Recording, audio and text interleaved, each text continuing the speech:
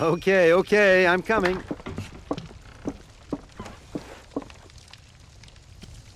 Hi there. Hello there, ma'am. I would like a room.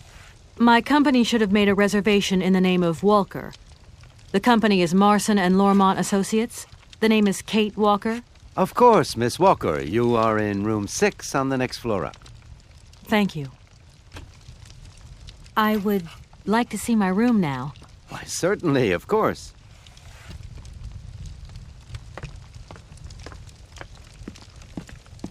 Hi there. Hey, hi there. What are you doing? Can I see? No, too difficult. Momo's work very difficult.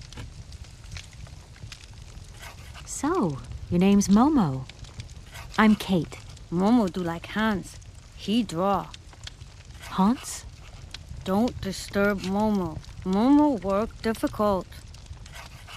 Will you show me your drawing? No, not finished. Go away. I guess I'll let you continue working.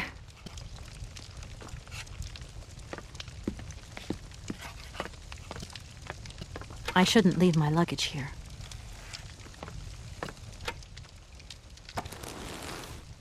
I really don't have the strength to take this suitcase any further. I wonder who can help me. Hi there. Hello there, ma'am.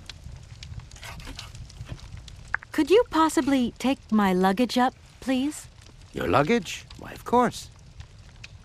Please do excuse me, Miss Walker. We have been neglecting our duties. Guests are so rare these days that we forget our manners. So you're the American woman? Is it true what people say, that you've come to buy the factory? Not factory. Anna's house. Hans' house. Excuse me? Would you quiet down, you mischievous little boy? I imagine our little town must disappoint you.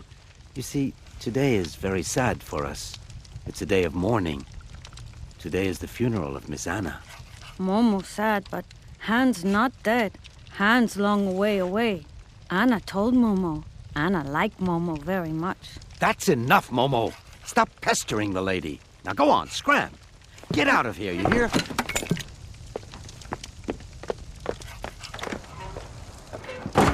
What was I saying? Oh, yes, Miss Anna. Such a great loss for Valadilène, it really is. Because now that she's dead, the factory'll close. But you're here to stop that happening, aren't you? Our future is in your hands, Miss Walker. What? Anna Vorarlberg is dead?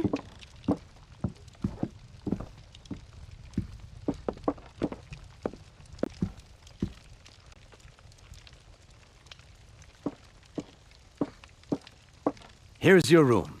I hope you like it, Miss Walker.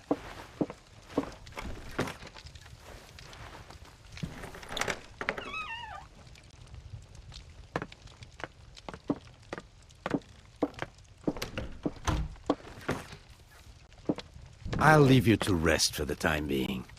You must have a lot of work to do. You know, the takeover of the factory is very good news for us here. It would make us very happy to see life return to our valley. If only you had seen Valadilène before. It was delightful. People came from all over the world to buy Vorarlberg automatons. Ah, somebody has left you some mail, I see. Remember, if you need anything at all, we're not far away, Miss Walker.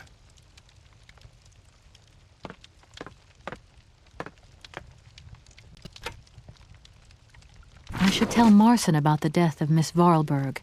I hope this isn't going to get too complicated. I can't see myself staying here too long.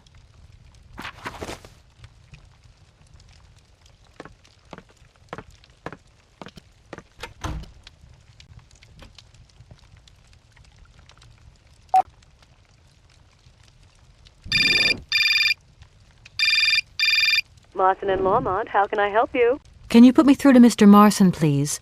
It's Kate Walker. Hold the line, please.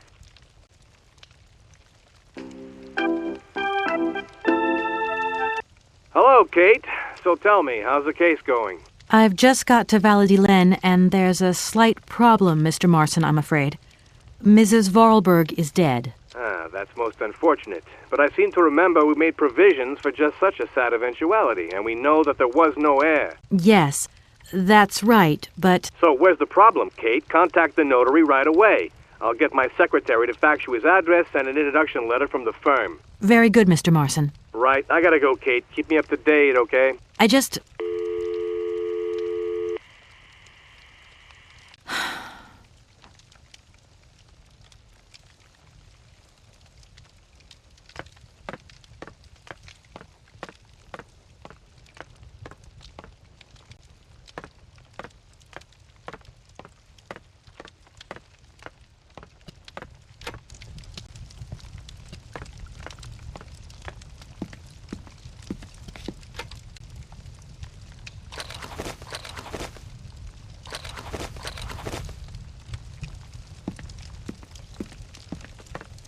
I'm back again. Miss Walker? A fax didn't arrive for me, did it? Maybe. I thought I heard the phone ring. Do you think you might want to go and check? Certainly, ma'am. Immediately. Thank you very much.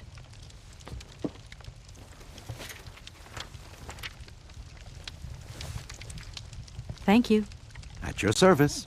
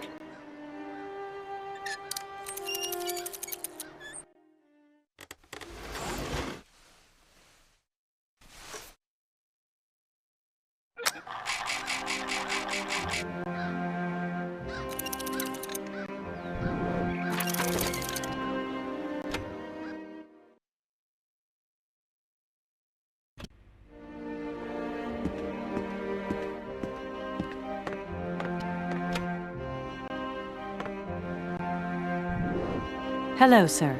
Miss Walker, I presume. Have you had a good journey? Everything went very smoothly. Thank you. Do take a seat, Miss Walker, please.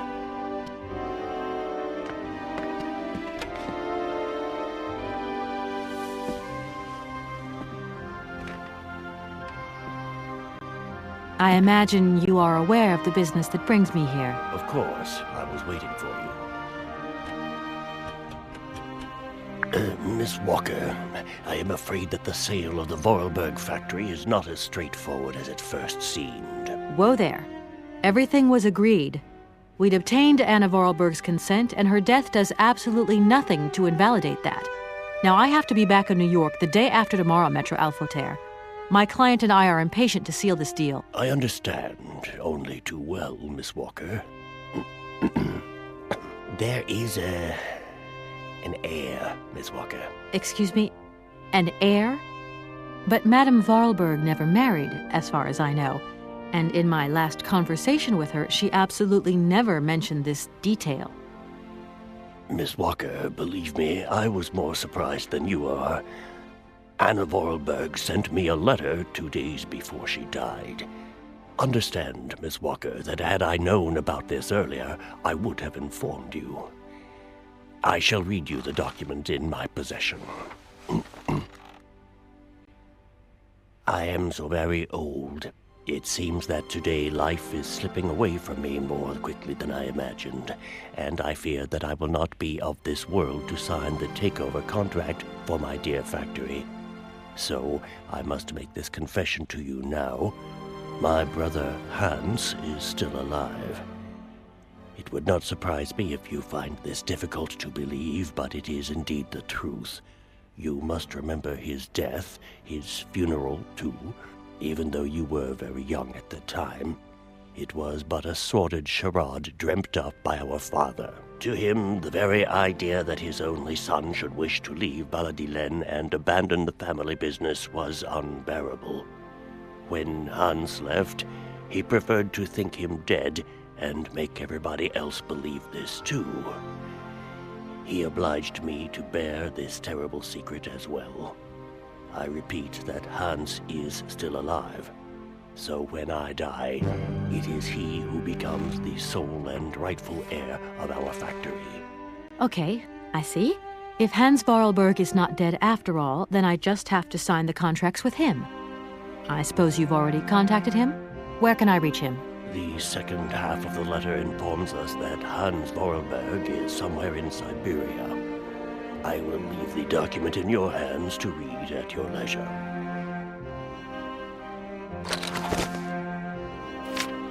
Anna Vorarlberg had no further information to add? Unfortunately not, Miss Walker. I have told you as much as I know. The situation in legal terms is now clear. If you want to conclude the sale, you have to find Hans Vorarlberg. Apparently, there is a body lying in the town cemetery. There also seems to be some ghost wandering around Syberia. It seems you have your work cut out for you. Believe me, Miss Walker, when I say that I am most sorry for this regrettable setback. Most sorry. Great. What now, then? Perhaps you will find out more in the Vorarlberg factory archives. You will find the key in the waiting room. My role in this affair finishes here with the reading of this letter. And now, if you'll excuse me, I must rest. You see, my health is not excellent at the moment, and my doctor forbids me from working for too long. I will not detain you for any longer, Miss Walker. Do not forget to close the door as you go out.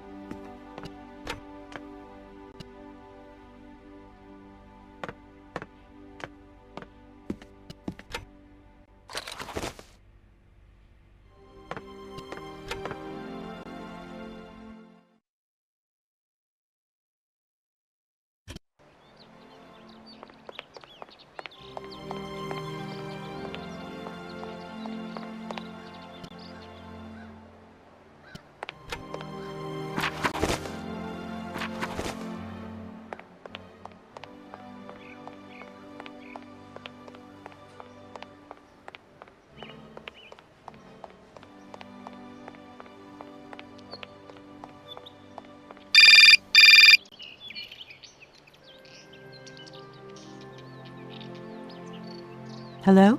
Kate? Dan, I'm so pleased to hear your voice. How are you, honey? Did you have a good journey? Have you settled in? It was long, tiring, damp especially, but I'm okay. Especially when you... Everything going as planned? Yeah, I mean, well, not really. It's not exactly what I thought it would be. You know, everything's so different here. Actually, while we're on the subject, I managed to free myself up tomorrow lunchtime. I'll come and meet you at the airport. I hope the flight from Paris won't be delayed. We're expected at the Goldbergs about 8 o'clock. I hope you have the time to take a shower and change, my poor honey bun. Dan, I don't think the Goldbergs tomorrow night is really on. Don't worry, Kate. You'll be as perfect as ever. Anyway, you never have to wear much to look really great. Dan, I'm going to have to extend my stay here. There's 1 or 2 complications. You understand? Kate, honey, what are you talking about? It's only a measly toy factory. The sale isn't going through as expected. I've got to stay a bit longer. Dan, you don't mind, do you? But Katie, you can't do this to me. I mean, it's the Goldberg contracts. There's millions of dollars on the line here. I know, I'm sorry. You go ahead. Don't worry about me. I'll get back as soon as I can. I promise. Okay, I've got to go. I'll call you back soon. Love you, honey.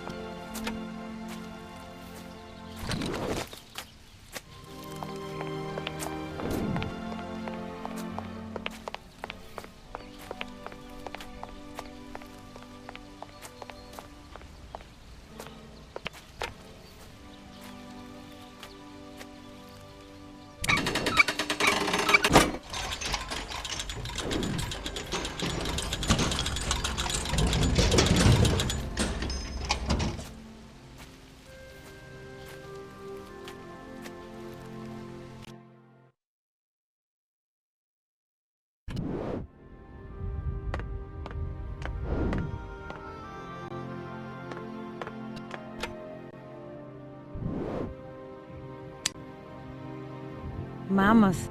You draw mammoth for Momo? Ah, Momo, it's you.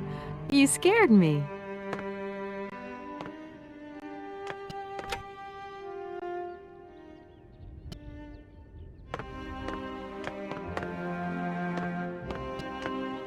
What are you doing in here? Momo want mammoth picture, like Hans picture. Sorry, I haven't got a picture of a mammoth with me. Take paper and pencil and draw mammoth for Momo.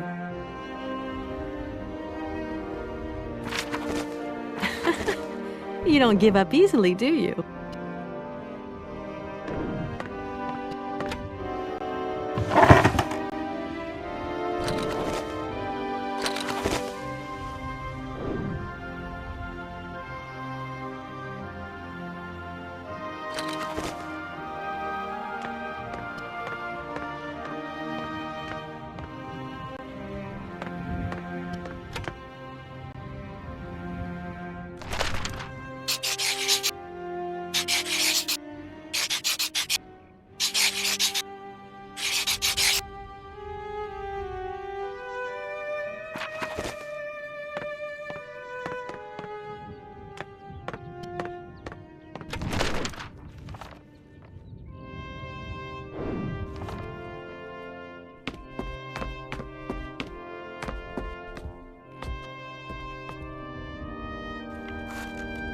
Thank you. Momo happy. Now follow Momo. Momo show his secret to Kate.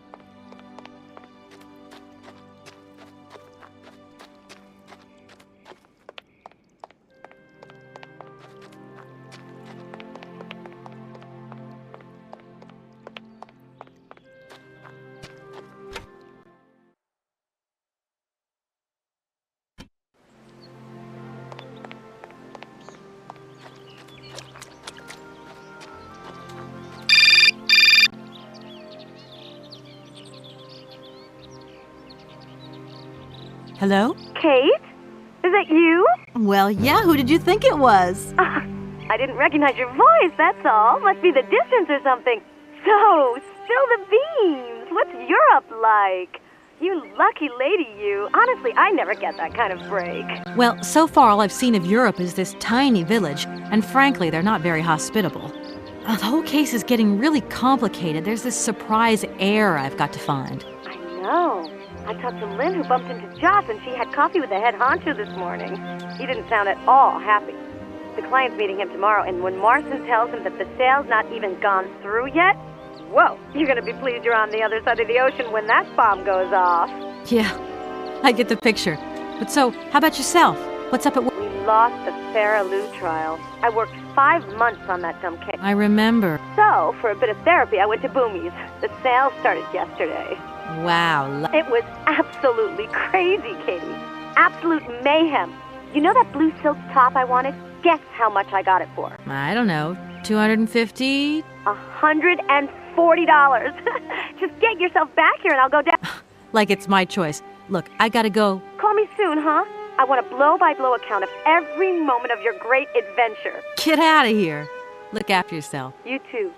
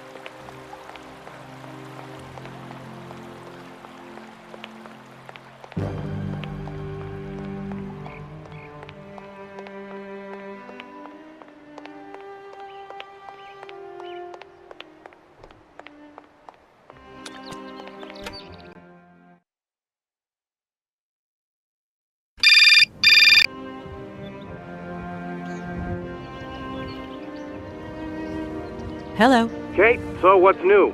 We've got a problem, Mr. Marson. What problem? Come on, Kate, don't beat around the bush. There's maybe an heir. What? Hans, Anna Vorarlberg's brother. Looks like he's still alive. We can't buy the factory without his consent. What? What is this? Where's this mystery brother come from? And more to the point, where is he? What did the notary say? Nothing. I mean, nothing else. You know, sir, it's an odd town here. Everything's odd. The people, things. The situation's not straightforward. I have a small bit of research to do. Listen to me, Kate. Universal Toys is one of our biggest clients, and I don't care how weird that town is. All that matters is that you do not set foot back in New York before you've tied up the deal. Get the picture. Yes, Mr. Marson. You can count on me. Darn it!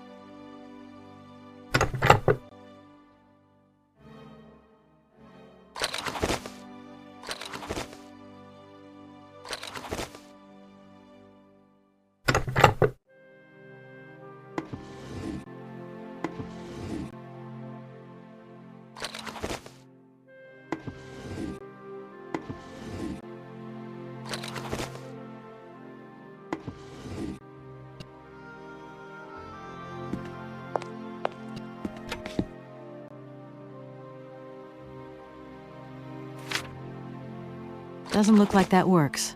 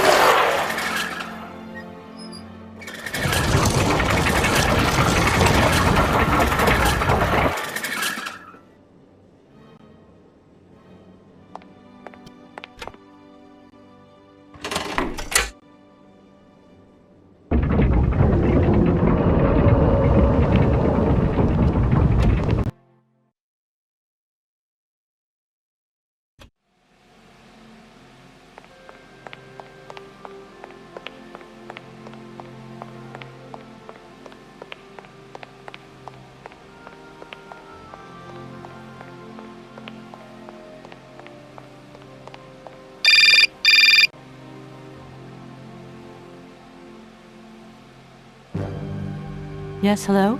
Kate, what happened to you, my poor munchkin? I've been trying to contact you for hours. I'm in Europe, Ma. Job thing. What? Europe? My God. Oh, I've got such happy memories of Europe. Some of them even involve your father, but that's enough of that. Tell me, where are you? Paris?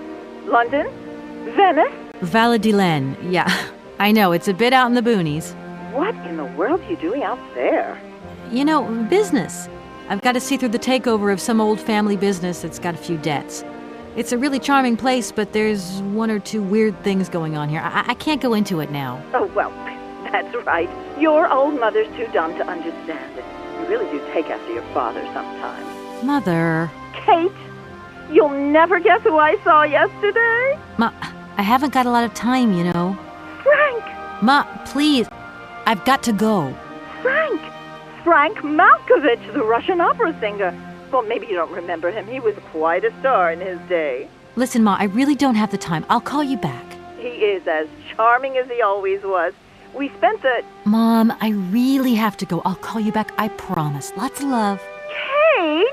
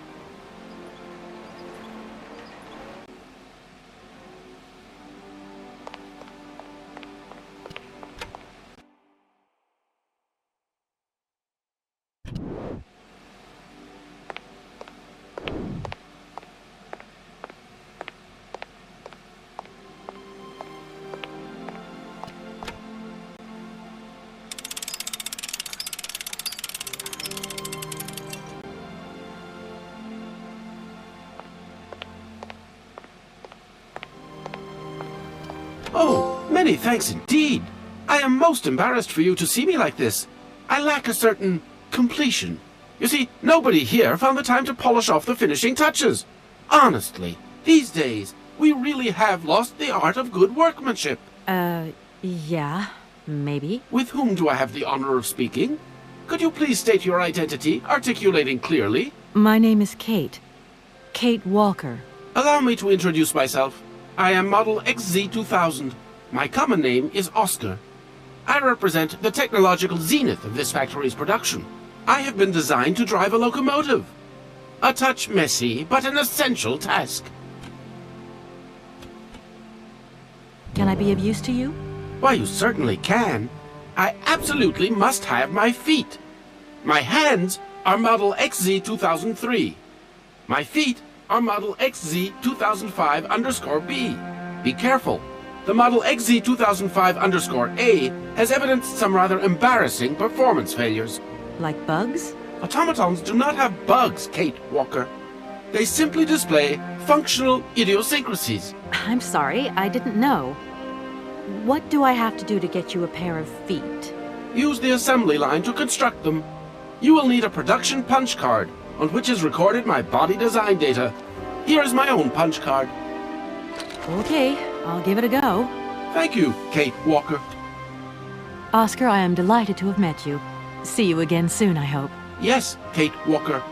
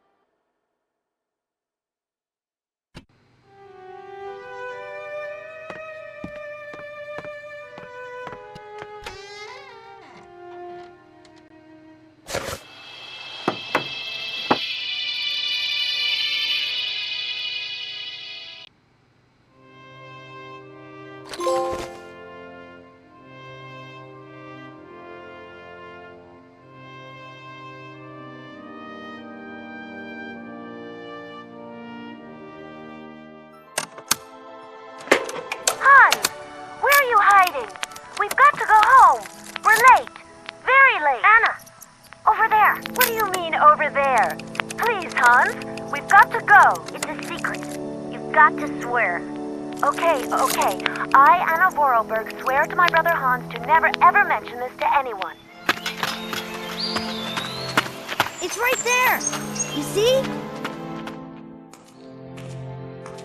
But it's dark in there.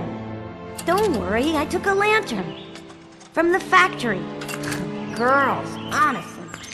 You won't look so clever when Father notices you've stolen one of his lanterns. Oh, I'm all covered in mud because of you. Look, Anna. Look. I've seen paintings like this in a library book. They're like... You swore, Anna. It's a secret between you and me. Hey, look. There's something else up there. Oh, come on. It's like a toy. I have to have it. Give me some light. But Hans, it's much too high. Do be careful, Hans.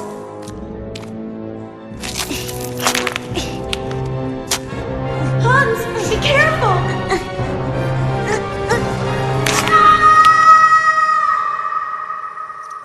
For weeks, my brother lay in a coma, hanging between life and death. And then one morning he opened his eyes, but I knew he would never be the same again. We never did return to the cave, and to this day, I have never ever betrayed our secret.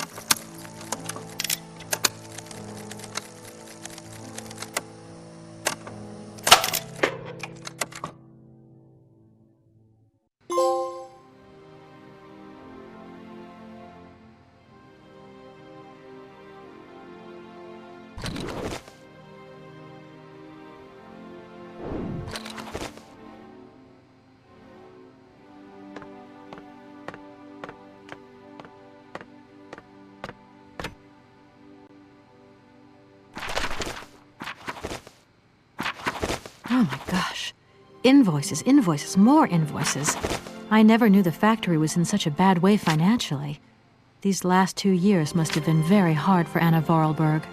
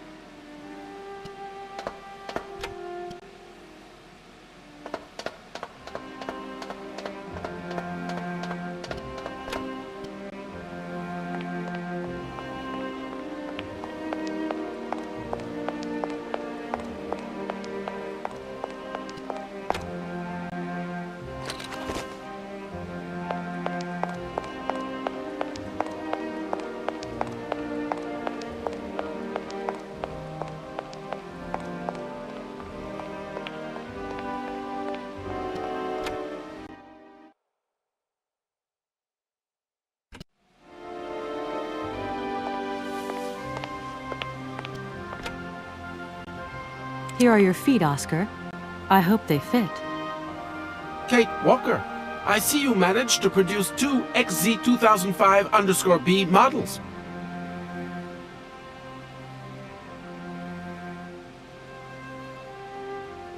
Allow me to express a real feeling of joy, Kate Walker. They really suit you. Comfy? Very. You are very kind, Kate Walker. I am sorry to have to leave you. Where are you going? I must find my train. Its departure is imminent.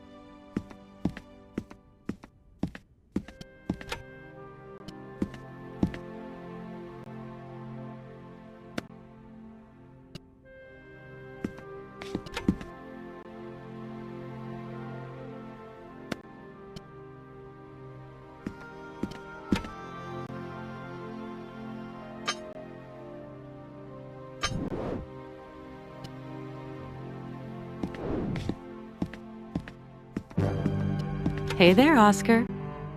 My functions do not permit me familiarity, Kate Walker. Even if you are my first and only passenger. Me? Your passenger? Yes, you, Kate Walker. Is it not for that reason you completed my production process? If you say so. I have decided to come along for the ride, Oscar. Ready when you are. Your ticket, please? My ticket? What are you talking about? The rules clearly state, Kate Walker, every passenger of this train must possess a ticket. Okay. And where do I get hold of a ticket? Only the ticket vendor may issue tickets. You are in luck. The ticket office must be open now. You should go there immediately.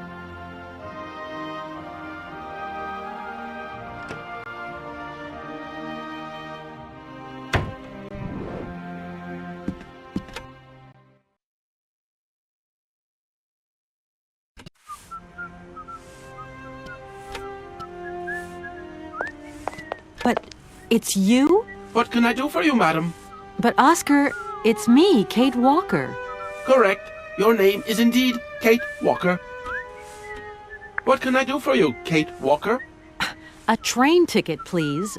Why, do you sell anything else? The only function of this ticket office is to issue tickets. You are requested to accelerate operations. The office closes in exactly 3 minutes. What can I do for you? A ticket, please. 1 ticket? Yes. 1 ticket. What is your final destination? I don't know. It's you who told me I had to get a ticket. A ticket to travel, then.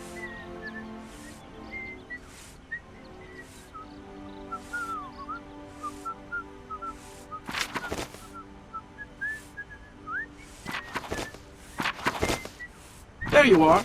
Do not lose it. This office is not entitled to produce duplicates. This advice also applies to the accompanying documentation. What's that? The authorization for the release of the train. The ticket officer may ask you for it at any time. But I mean, you are the... Attention! The exact moment has arrived to close this office.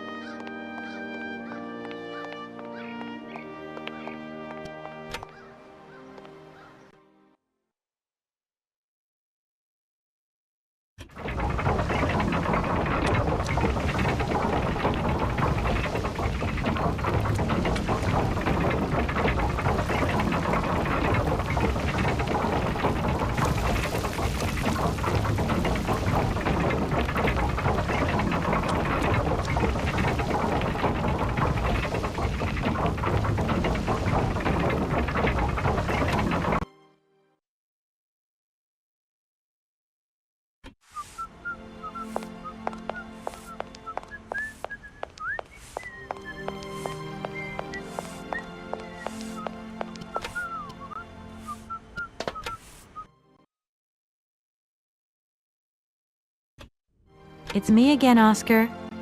Hello, Kate Walker.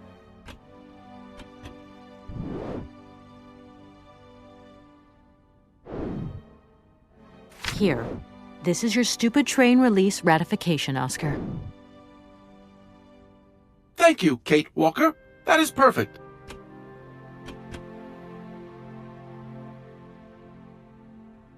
There you are, Oscar. Does this mean we can leave now? I cannot accept this ticket for the moment, Kate Walker. Keep it. I don't understand why you're still refusing to take this ticket. Everything is in order, and an engineer prides himself on punctuality. Yes, Oscar, I remember. But what now? But what's up, Oscar? Why haven't you returned to your engine room? If I may be so bold as to express a personal opinion on this matter, Kate Walker. I'm all ears, Oscar.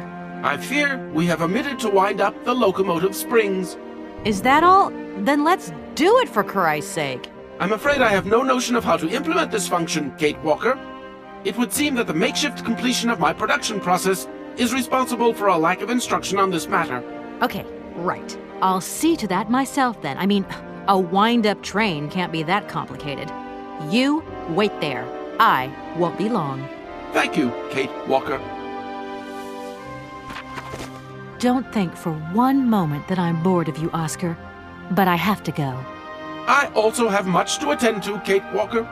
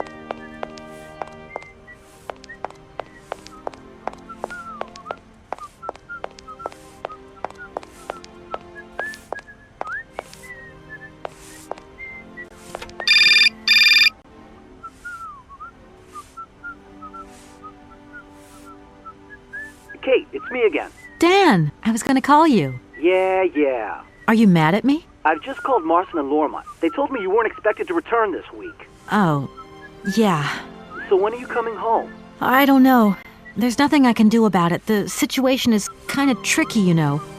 At the beginning of next week, I hope. Yeah, whenever. Dan, please. Just hang in there, okay? The stakes are higher than I thought, and you know how much I love this job. I suppose it's neither here nor anywhere to you that the Goldbergs are going to... It is. It isn't. Dan, this really isn't the moment. You know I'm thinking about you. I love you, sweetheart, and I'll give you a call when I have some news. Promise. I've got to go now. I've got kind of a train to catch. A train? Where are you off to now? This is crazy, Kate. To tell you the truth, I have no idea. Love you, honey. You know that. Kate!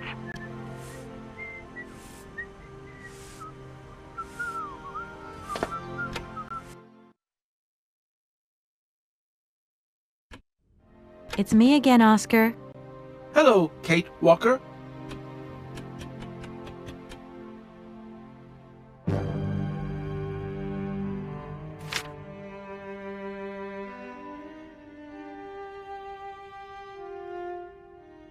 Right, everything is in order then. The train is finally ready to leave. I am most terribly embarrassed. Such ignorance on my part is inadmissible. I hope you still have confidence in my abilities, Kate Walker. Please, return to your seat and we can leave. Finally.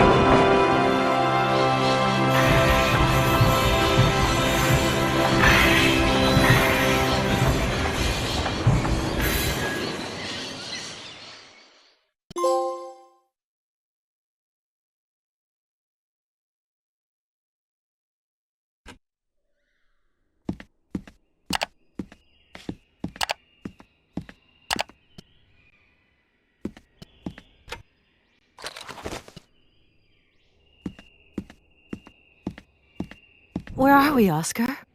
At the halls of residence of Barrockstadt University. And do we really have to stop here? The situation is incompatible with the pursuit of our journey. What are you waiting for, then? Wind them up. Find a way. There must be some sort of train-winding thing just laying around in this weirdo station. I have seen nothing that fits that description, Kate Walker. I guess we'd better find out, then. I do not like this station. The atmospheric humidity is detrimental to my sophisticated wheel workings. I will wait for you inside the train. Wimp. Oscar, see you later, alligator. In a while, Kate Walker.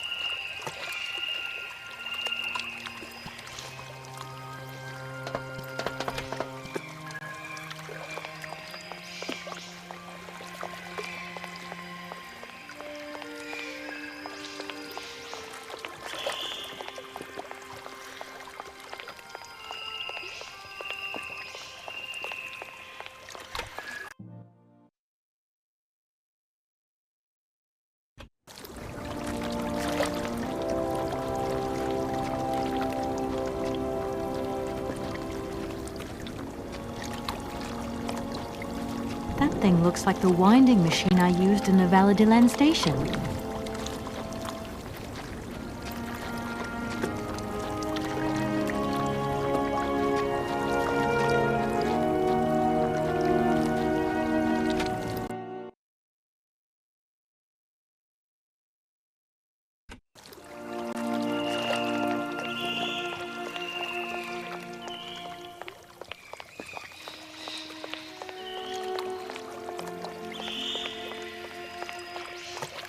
Kate Walker! Kate Walker! Come over here, please! I have something to say to you!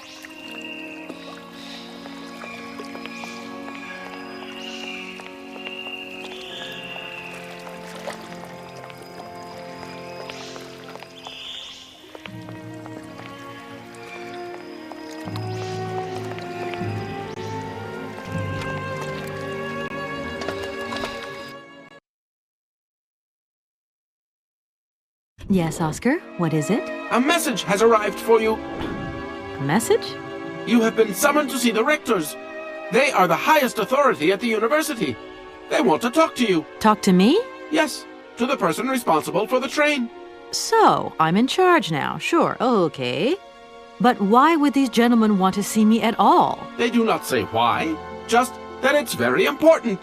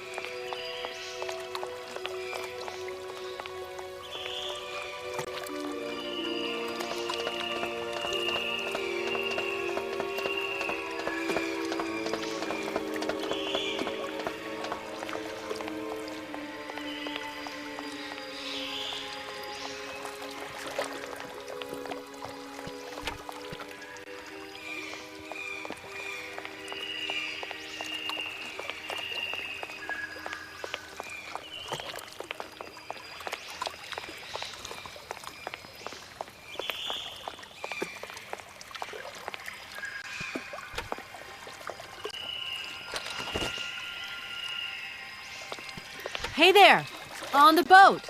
Guten Tag, schöne Mademoiselle. My husband say, hello, young lady. You want to talk to us? I have a little problem with my train. It's kind of broken. I've absolutely got to get it out of the station. Do you think you could tow it over to the wall with your barge? Lock closed. Barge block. But if the locks were open, would it be okay to tow my train then? Perché no? More money for that work. Da, it's possible. My husband say we help you if you give money. Right. And how much do you want? Ci quante? He want $150. $150? I don't have that much. No money, no bar.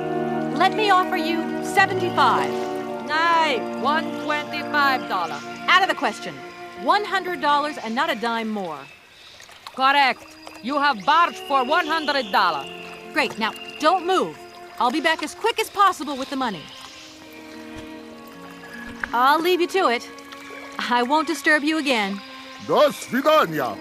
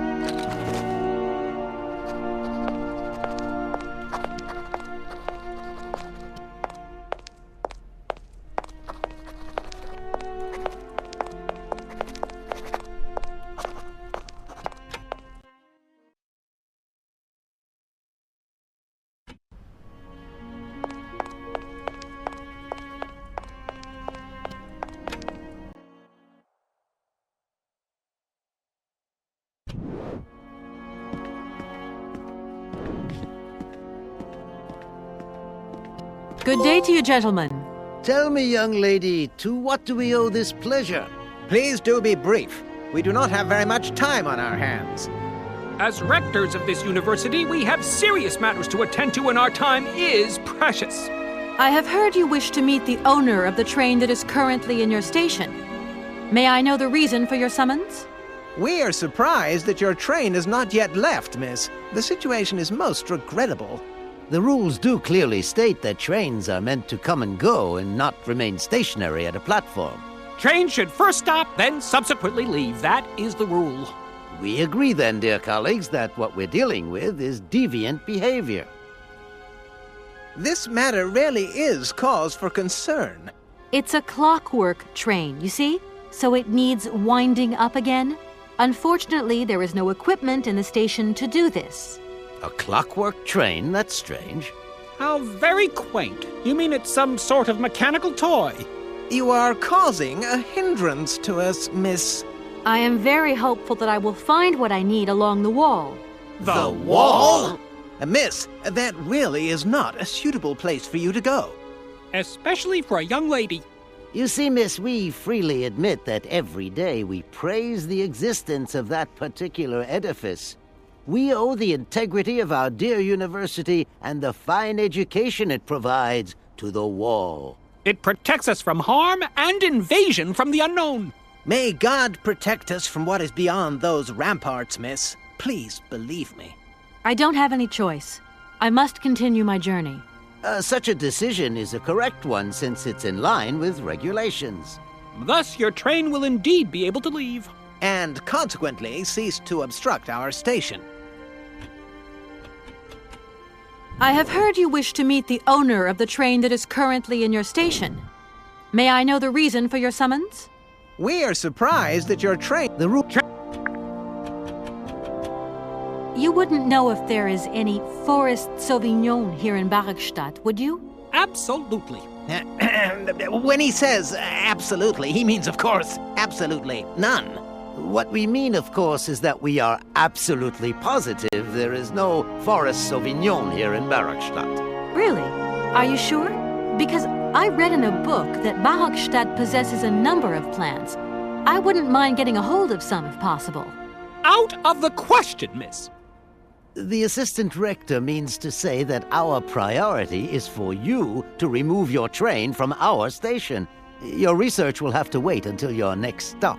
Yes, that's right. Your train must leave the station immediately, so please refrain from wasting our time in needless visitations. Don't forget the regulations, miss. Don't forget them. Trains should first stop, then subsequently leave. And quickly! Some sailors have agreed to tow the train, but I don't have enough money to pay them. I was wondering if you could help me out. For a while. I could work for the money. Please wait, miss. We have certain confibulations to attend to. That is right. We must confibulate between ourselves. A collegiate decision must be taken. I hope that we are not indisposing you in any way. Why not? If it helps us get rid of that train. My word, that is a fine idea. What do you have in mind, gentlemen? When you arrived here, you must have noticed a splendid bandstand which honors the main university courtyard. A unique piece of mechanical craftsmanship which no longer works, alas. Why, yes, we have very moving memories of its melodies. We're prepared to offer you a financial reward if you can set it working again. With pleasure. What do I have to do? Unfortunately, my dear, time and rust have taken their toll on this university, and our automatons no longer have a spring in their step. You are going to have to be resourceful. To tell you the truth, there are a number of complex mechanisms here in Barrockstadt, and it would appear that we have unfortunately lost their operating instructions. Your train, however, is an extremely ingenious invention, so you should be no stranger to complex mechanisms, should you? We are therefore counting on your ingenuity, miss. I hope that I can show myself worthy of your faith in me, gentlemen. Well, my dear colleagues, one more university matter nicely tied up.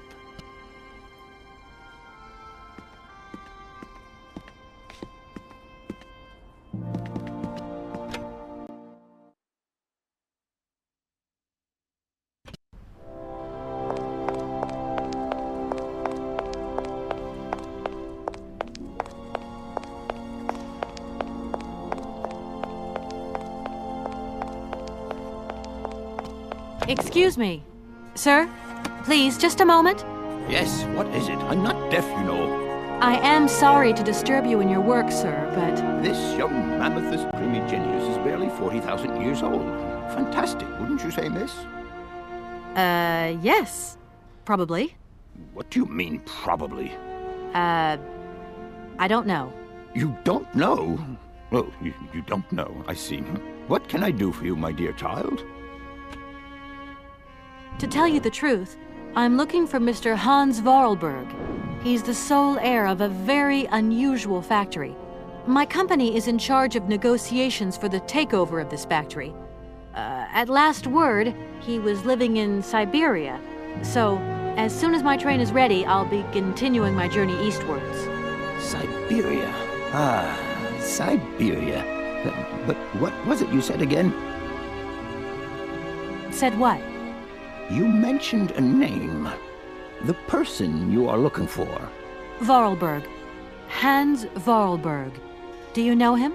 Hans Vorarlberg. How could I forget him? Such an extraordinary fellow. So inventive. We shared a passion for mammoths, you know, and we bonded over this passion. Without it, I confess, I would have had little to do with an odd, ageless retard like Hans. At the time, we were both students. Well, sort of. Put it this way. Hans had special permission to attend paleontology lectures. You see, he didn't really have the necessary qualifications. In exchange, Hans did a few odd jobs around the university. Your Hans Vorarlberg sounds uncannily like the one I'm looking for. I'm not sure, my dear. Hans was above all questions of money and business. Just to imagine him running a factory, perish the thought. Can you tell me a little bit more about him? He was always a mystery to me.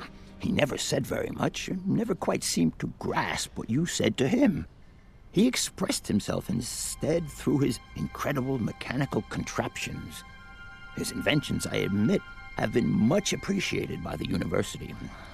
The few times we really did talk, it was about his strange interest for mammoths and a doll. Some sort of doll that obsessed him. A doll, you say? Yes. He kept talking about it. One day he described it to me. A sort of children's toy.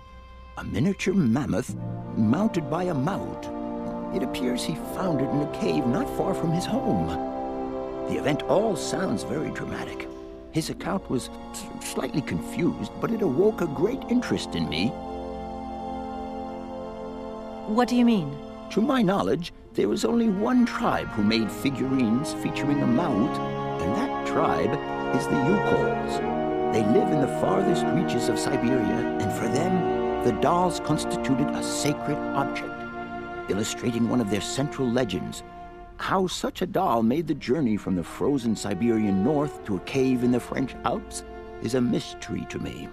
Even today, it is beyond my comprehension. Have you considered that Hans Vorarlberg was maybe making it up? You said yourself he didn't seem to have all his mental facilities intact. No, that's impossible. Hans couldn't invent a story like that.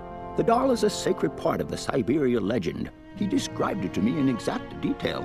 Syberia itself is a chimera that paleontologists of the world are very fond of pursuing.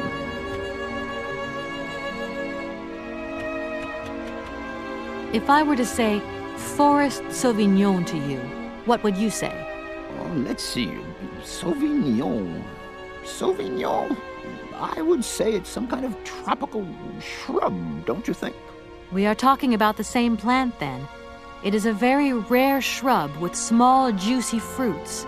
I found a book about the Amazon, and it says that there are even Sauvignon plants growing right here in Barrockstadt.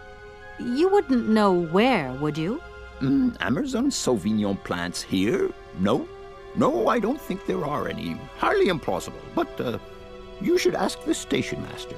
He is keeper of the greenhouse at our university, so he could tell you more than me. Oh, thanks very much. Professor, I have brought you something that should be of interest to you. Look. What have you got there, then? Let's see. An effigy of a mammoth. But this is Hans' doll, is it not? Yes, of course it is. How on earth did you... Oh, my God. It's in my hands. It exists. It really exists. Please do excuse me. I'm deeply, deeply moved. You see? Your Hans and my Vorarlberg heir are one and the same. This is incredible. After all these years, how can I ever thank you, my dear? Oh, I must waste no time. I'm off to my laboratory. I must study this carefully. May I borrow your treasure a moment?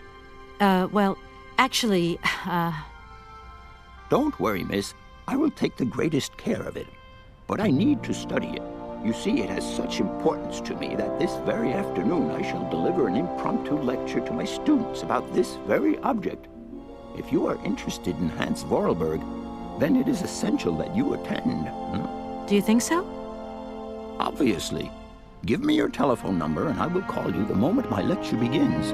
I will return you your doll at the end. You have my word. In that case, see you later.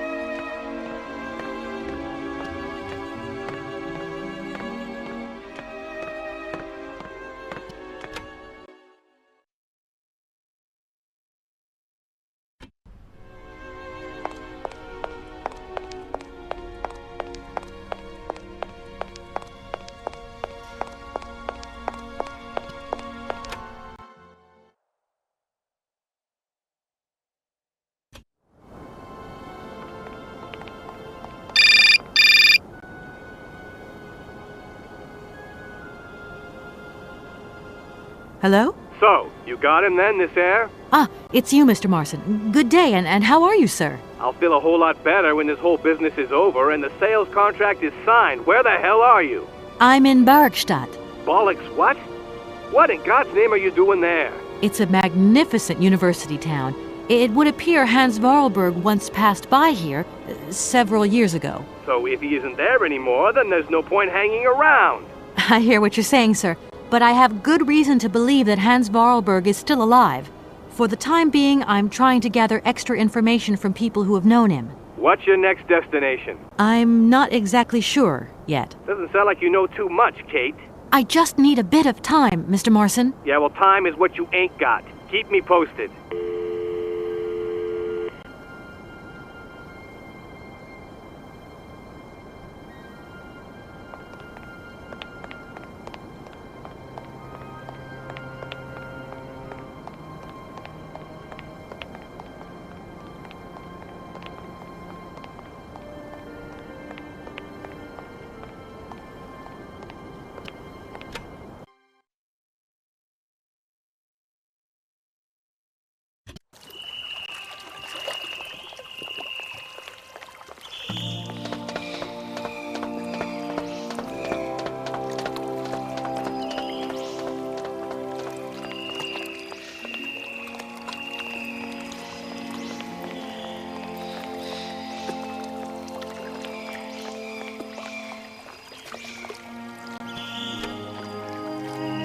Hello.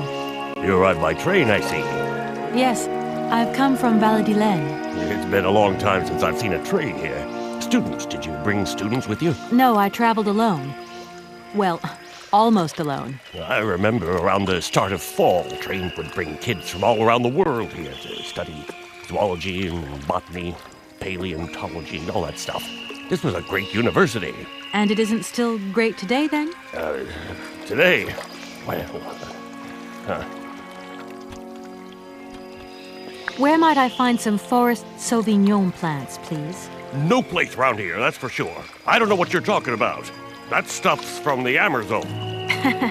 You know, for someone who knows nothing about the plant, you seem pretty well informed about which mysterious faraway country it comes from. Oh, Amazon, Peru, Papua New Guinea, it's all the same to me. Gotta go. Gotta work. Wait, don't go. You know what? I don't think he was being totally straight with me.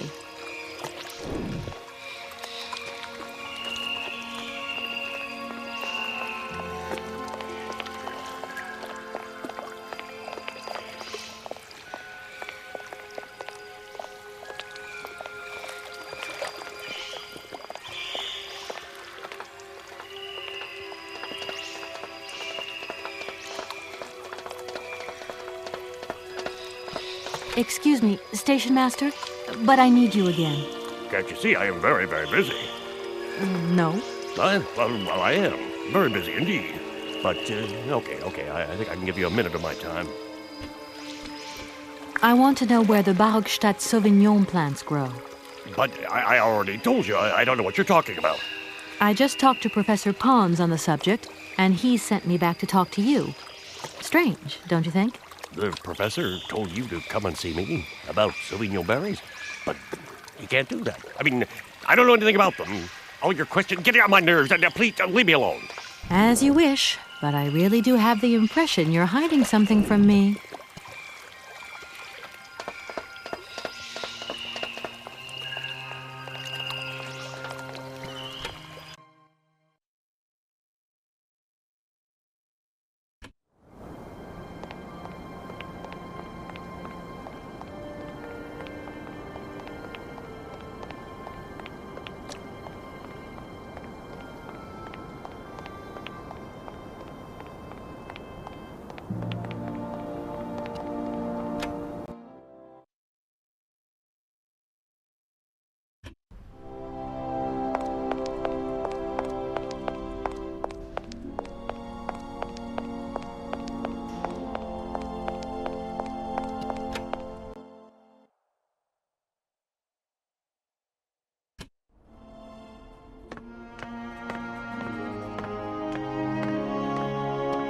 Do excuse me, Professor. Professor, sorry to disturb you again. What is it you want to know, Miss? You wouldn't know where the forest Sauvignon plants are kept in Barrockstadt, would you? Why do you think there are Sauvignon plants here? I read about it in a book at the library. Try going to see the station master. If such a shrub exists, he will have a better idea than anyone. It's actually he who sent me to you. I thought it a little strange, but he definitely said ask the paleontologist. You're the only one here, aren't you? Yes indeed. What a strange way to behave. Well, I think he must have made a mistake, that's all. Nobody tells me anything here, and maybe you should ask the rectors. After all, they are in charge of the university. All right, thanks. I'll leave you in peace. I hope I haven't disturbed you too much. Sorry? No, not at all, my dear child.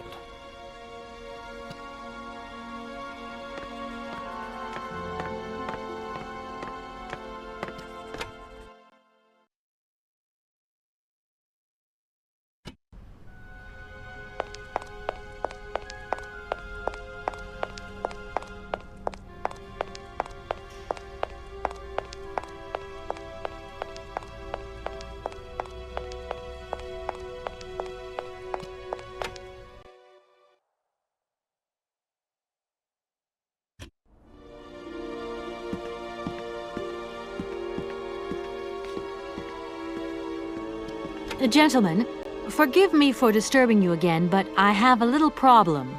A little problem. Everyone has little problems now, you know. They are kept to oneself, and they don't stop the world from turning. Nor trains from leaving stations. Are you sure there are no Amazon Sauvignon plants in Barrockstadt?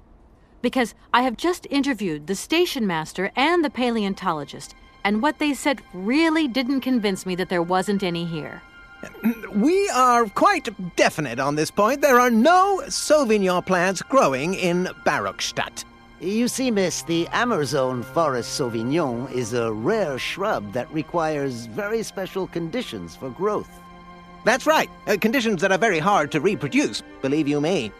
Difficult, but not impossible. Fortunately, our garden has proved very successful. Your garden? So, there is a garden in Barrockstadt? Oh, the garden. Well, if there was one, it would be only a little garden hidden behind the station. But our station master would be very proud of it. He would take very good care of it, too. Everything would grow marvelously if we were able to cultivate it at all, and it would be all down to his gardening prowess. And we would be proud as punch. And we wouldn't forget the role the paleontologist might play in this. What's the paleontologist got to do with it all? Without him and without his laboratory, how would we make the wine, do you think? And it would be good wine indeed, my dear colleagues, would it not? Oh, yes, a delightful balm to soothe away our long hours of toil and our heavy responsibilities. We would wait impatiently every year for the arrival of the year's produce. So, if I have understood you correctly, there are indeed Sauvignon plants in Barrockstadt. They are cultivated in a garden behind the station, then turned into wine by the paleontologist's loving care. And finally, the pleasure of tasting is yours. If I'm not very much mistaken, gentlemen, you have a minor racket operating here. Miss, you do go jumping to some hasty conclusions. We never said that. That's not what we said at all. We were talking in the conditional. You know, with ifs and woulds. So, what would happen if I had such a hunch? You would have to keep it to yourself, of course. Yes, if you would be so kind as to keep it a secret. It would only be a small local concern, producing barely a few bottles every year. That's right. Nothing so grandiose as a business. Otherwise, we'd be liable to be fined. So, we can't count on your discretion, can't we? Don't worry, I have no intention at all of getting messed up in anything. Here we are, busy chatting, and look at the clock. It's tea time. Already? My word, doesn't time fly by? Thank you for a charming visit, miss. And thank you, gentlemen.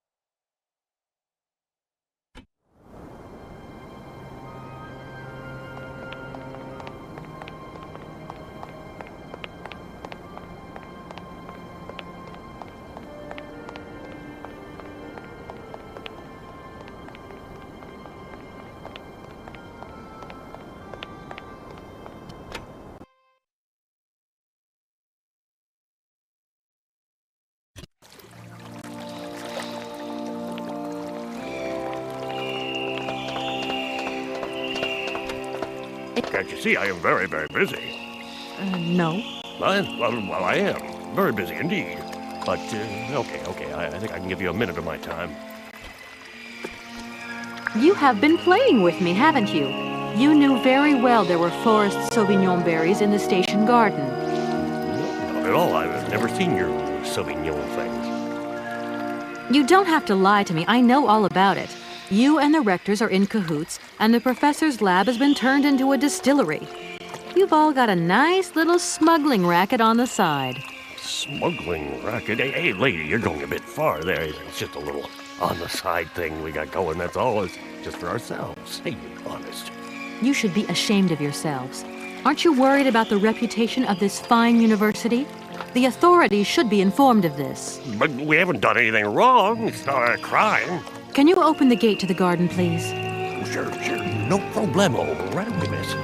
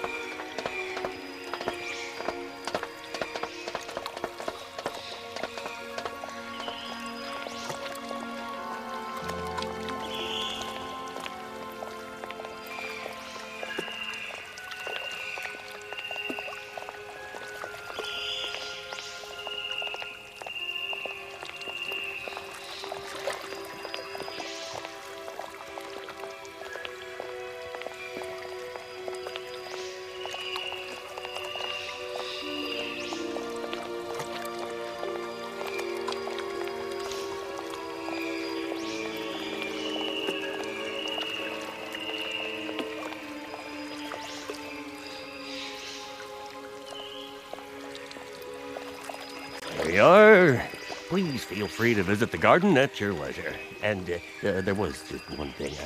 I'm not a liar. Not really. Just mum's the word. There is the reputation of the university to think about. And I have superiors, and I have to do what I can. I understand. Don't you worry. Oh, thank you, miss.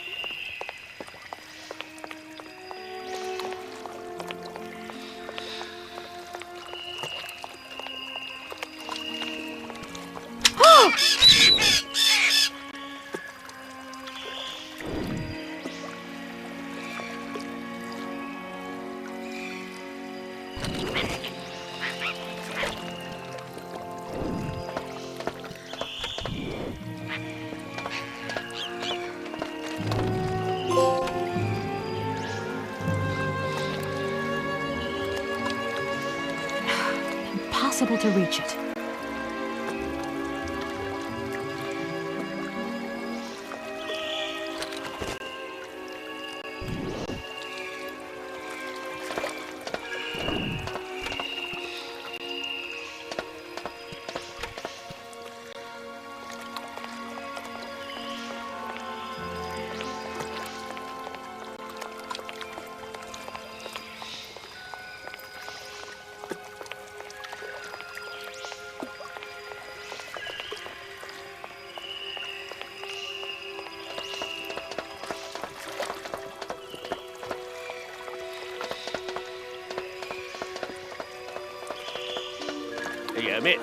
Miss, please, excuse me.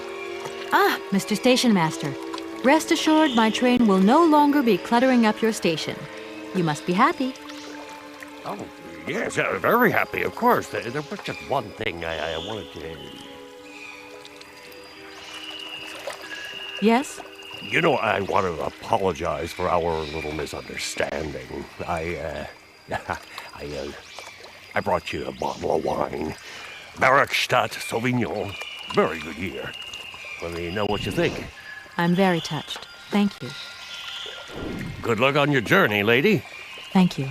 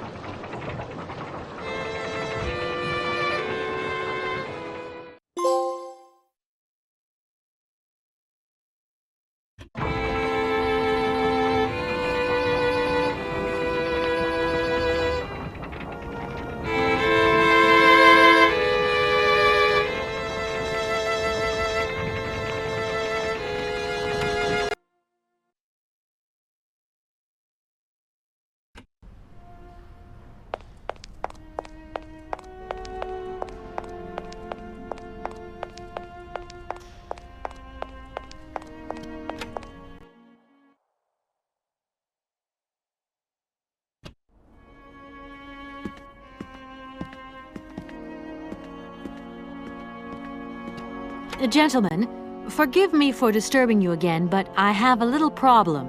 A little problem? They are kept to oneself. Nor trained. Gentlemen, I have managed to repair your university bandstand. The bandstand is playing again. This is marvelous news. We are really very grateful indeed. Yes, very grateful indeed. We will look back on your visit with much fondness in our hearts. And now let us in turn honor our word. How much is it you need, miss?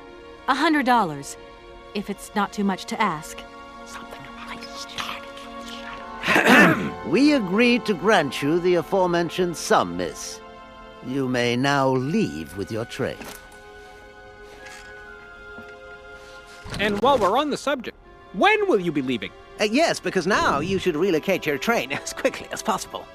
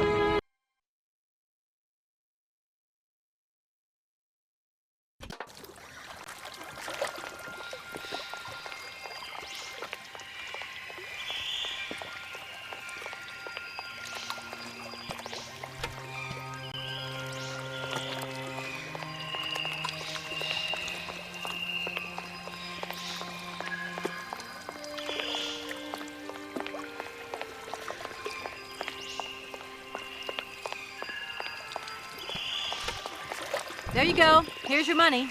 I've checked it. It's all there. Ah, thank you. Not difficult get data. See? You are a real businesswoman. I'm not the only one around here. We pleased to do deal with you. Now, you open lock or we no help you.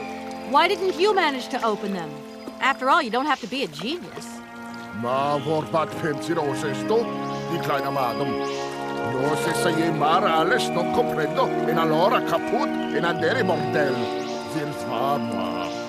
On boom telefonieren, kaput. My husband say instructions complicated. No understand manual. My husband angry. Very angry. Oh, now telephone broke. Kaput. Now that is annoying. What are you gonna do next? We wait repairman. Well, I don't have the time to wait. I'll have to go have a look. There must be some way of releasing the opening mechanism. Take key. Sailor always need key for lock. Okay, thanks.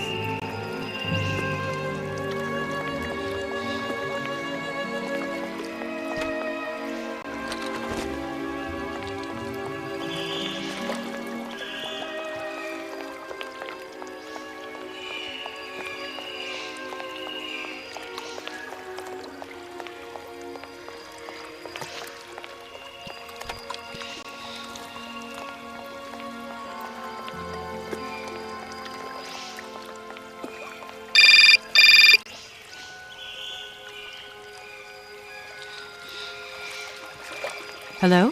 Kay, how's my little baby girl? I was thinking about you only yesterday because I saw this fantastic fur coat. You are wrapping up warm, aren't you? I mean, people in foreign countries never know how to dress properly for the weather. Mom, it's so sweet of you to worry, but I'm fine, really. The trip's a breeze, no worries. I mean, there's... Well, when are you coming back? Frank is dying to meet you. Frank? Oh, yeah, your singer. You two seeing each other then? Oh, you'll never guess the surprise he gave me yesterday. No, I suppose I won't. Frank invited me to a big charity show organized by, someone or another. Anyway, they got him singing a couple of old numbers from his repertoire, and in the end, he asked me to go up on stage with him. Can you imagine me, your mother, on stage in front of thousands of people? Wow, I would have loved to have been there. Not too emotional, I hope. Oh, too emotional by far, especially as I hadn't even been to the hairdresser. Well, I didn't even have the proper dress on. But Frank promised me he'd see to that next time. Oh, he's such a cutie. And he's got the sweetest little...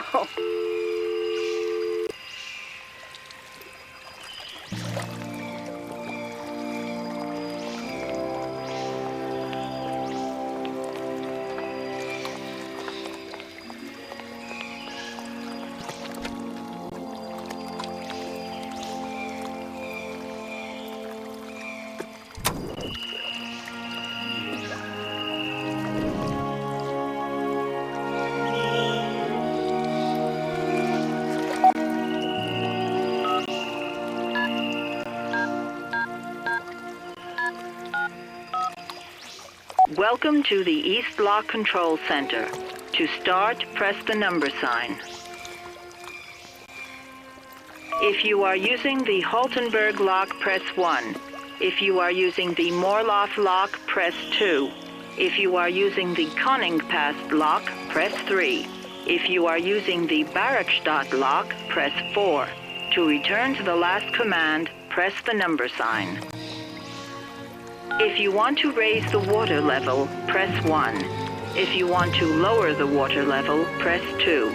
To return to the last command, press the number sign. You want to lower the water level in the Barrockstadt lock? To confirm your choice, press star. To return to the previous command, press the number sign. Your request has been logged. Unfortunately, our regional technician is currently on holiday, and no replacement is available. We will reply to your request within 48 hours. In case of an emergency, please operate the lock system manually. We apologize for delays to our service.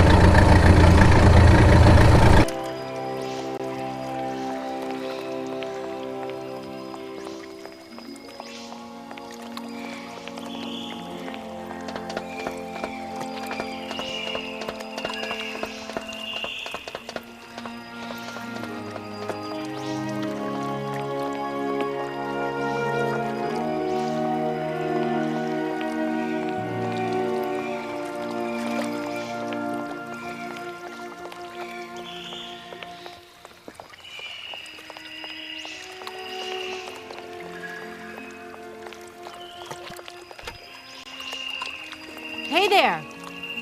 On the boat! Barge on other side! You still need us? What do we do now to tie my train to the barge? Mademoiselle Takatak, Lokokoko Mitchen. What did your husband say? You attach chain to train and chain to train with barge. Hop! Catch it up.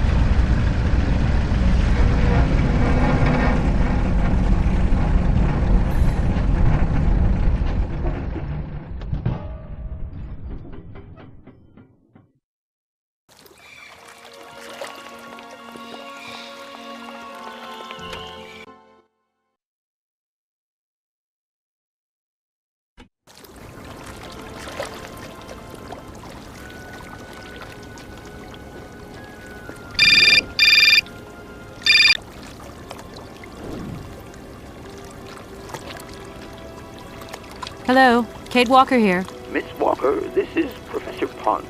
I'm about to start my lecture on the Yukols at any moment. Please make haste to come. Okay, I'll give it my best. Excellent. We'll be in the main lecture hall. See you soon.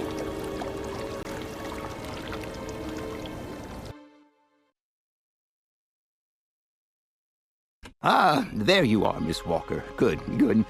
Take a seat quickly. I'm impatient to start my lesson. My young friends, a very exciting discovery, unimaginable up until only a few hours ago, has come into my hands and has finally allowed me to complete my study on the mysterious Yukol people. Lights, please. The Yukols are a people from the far north about whom very little is known. They live far away, very far away, on the frozen borders of Syberia. This distance and the climatic conditions of the region, which are unfavorable to human existence, have limited the size of the Yukol population and kept it out of reach of the scientific world. The handful of slides that follow are actually the only documentation we have in our possession. It was a Russian explorer who made these drawings and took these photographs 100 or so years ago. Today, we owe what we know about the Yukol people and their culture to him.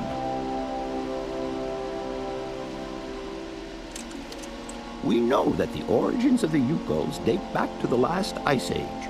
Curiously, evidence of their presence has been found in Western Europe, and more precisely in the prehistoric caves at the heart of the Alps. This people, it seems, undertook a long migration over centuries towards the far north of the globe.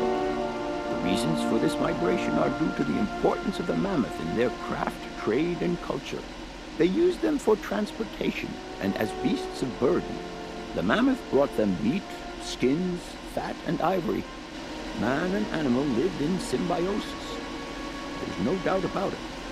Mammoths started to drift away from the region due to changing climatic conditions, and the Yukols followed them to the north, to the edges of Syberia.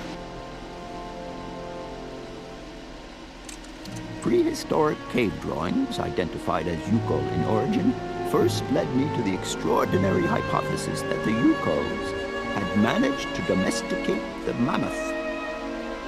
They are, to the best of our knowledge, the only prehistoric people to represent a man riding a mammoth. Today, because of this genuine mammoth skin effigy, identified by myself as an authentic Neolithic object, I can confirm this hypothesis. Yukol forebears managed to tame mammoths. Prehistoric man uses little imagination. He draws what he sees and represents scenes from real life. This familiar day-to-day object is actually a children's toy. As we have seen, Yukol existence was inextricably linked to that of the mammoth. They used its skin for clothing and to make the roofs and walls of their houses. They used the tusks to build the frameworks of their homes, as well as weapons, tools, and jewelry. Curiously, the disappearance of the mammoth 12,000 years ago had no immediate effect on the Yukol's way of life. It seemed that for a long time after, the people maintained their strong bond with the mammoth through the centuries. As incredible as it may seem, the Yukol people have continued right up until the start of this century to feed themselves on mammoth meat and to use the skin for clothing and shelter. Their ivory craftwork industry is still flourishing. It would appear that to preserve ancestral customs, the Yukols learned how to exploit through the centuries the large number of frozen mammoth carcasses that were perfectly preserved in the ice of the Siberian tundra. They have been able to live mainly off this enormous freezer stock for almost 30 centuries. As plausible as this explanation may seem, it seems it is not enough for the scientific community who, I will confess, is greatly perplexed by the question. In the absence of acceptable scientific evidence, we have to make do with Yukol shaman artifacts. The research department that I have the honor to represent today lends no credence to the myths and legends that these tribal charlatans peddle. We have to take their stories at face value, mere tales to while away the long Siberian winter. The legend of the Siberian Ice Ark is a very good example. You are invited to find out for yourselves from the pamphlet that I had passed around to you. This legend would have us believe that today, somewhere on a lost island to the north of Syberia, there are living mammoths still in existence, a sort of hangover from the Ice Age. This small herd has been miraculously preserved for more than 120 centuries by the Yukol's tender care. And the island on which the pachyderms are said to live is called Syberia.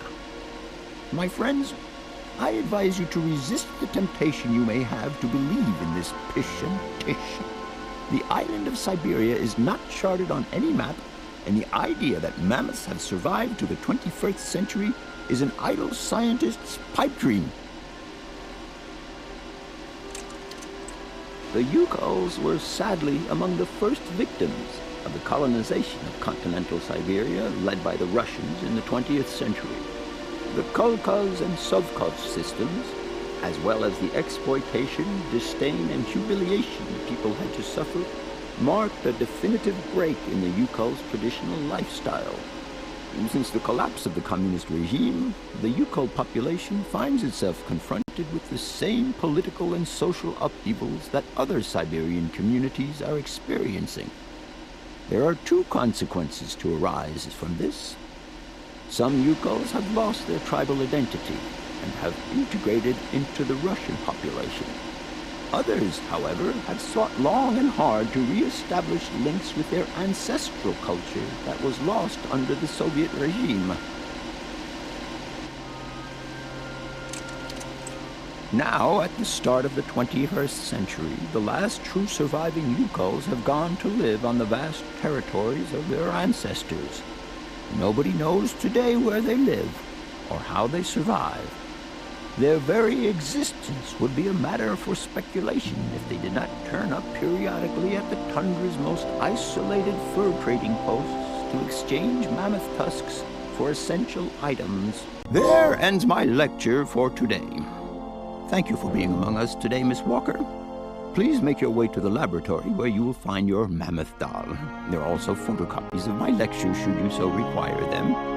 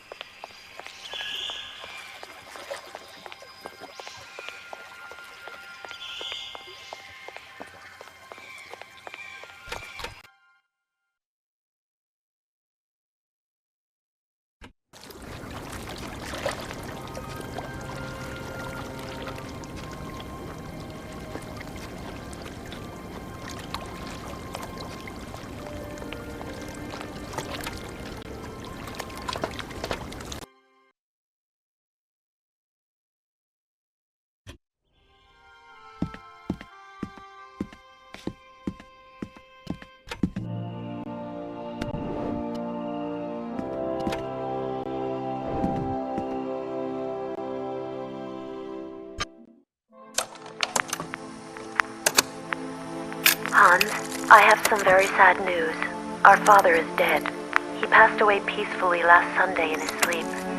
I feel so lonely now. Father had been but a shadow of himself since your departure. I had to take care of everything for him. Housework, factory paperwork, the workforce, clients, everything. And now, today, well, I really don't know who or what I'm fighting for. Times are so hard, and this terrible war is destroying everything. Nobody cares for our automatons anymore. I just think about you returning. And when you do return, I will have turned this factory into a palace worthy of your genius. Please take care of yourself. I love you so much, Anna.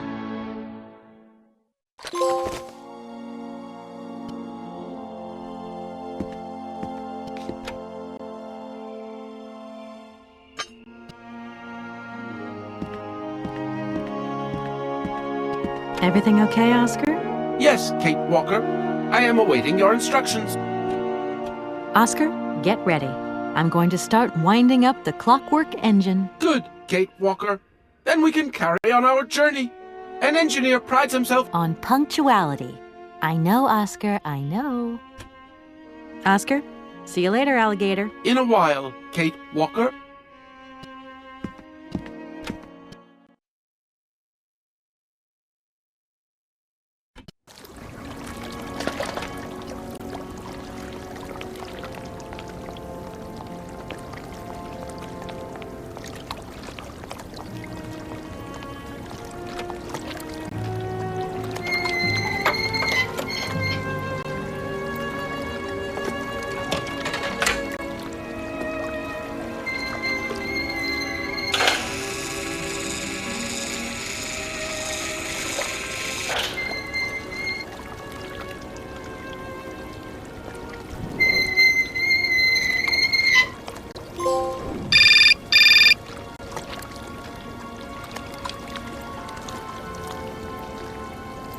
Hello?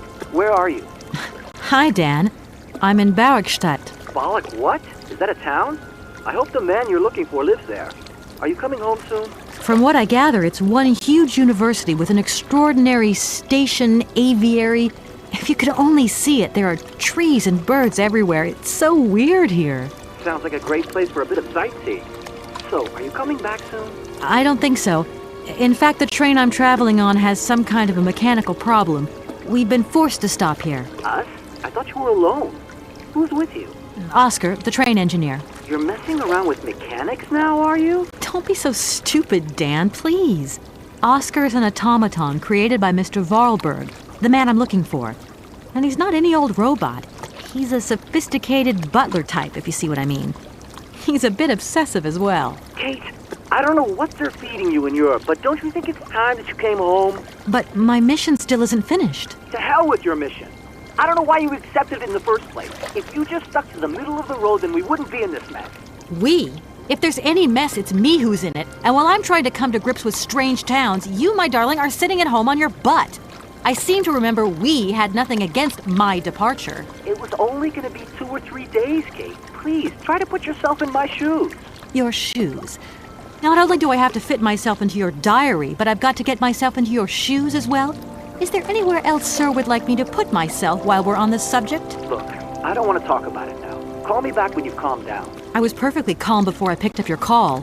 I only wanted a few words of encouragement, not your disdain. Was that too much to ask? You can be such a selfish... Takes one to know one, sweetheart.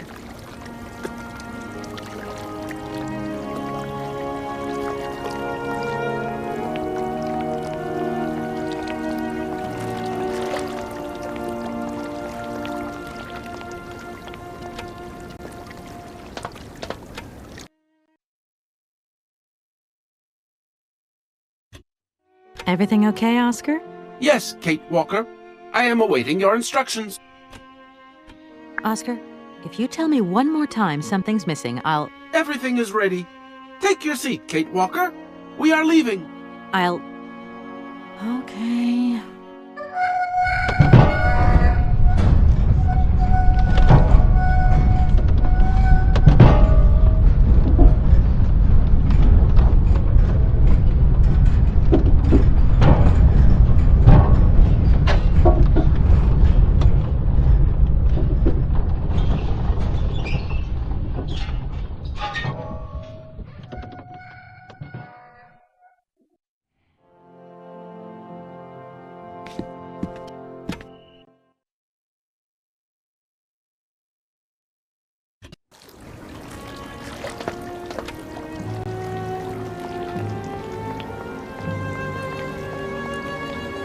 Oscar, can't you please forget about procedure just for once? Your request is refused, Kate Walker. Oscar, don't you think we've wasted enough time already? You neglected to find the clockwork winding mechanism for the train with sufficient haste, Kate Walker. What nerve! And you refused to lend a helping hand. Help that could have been invaluable to me. I agree, Kate Walker. If you weren't so obsessed by procedure, we wouldn't have had a hitch. I am not entirely convinced, Kate Walker. Oscar, please, let's get in the train and leave, can we? Yes, Kate Walker. Give me the visa. Okay. See you later, Oscar. Yes, Kate Walker.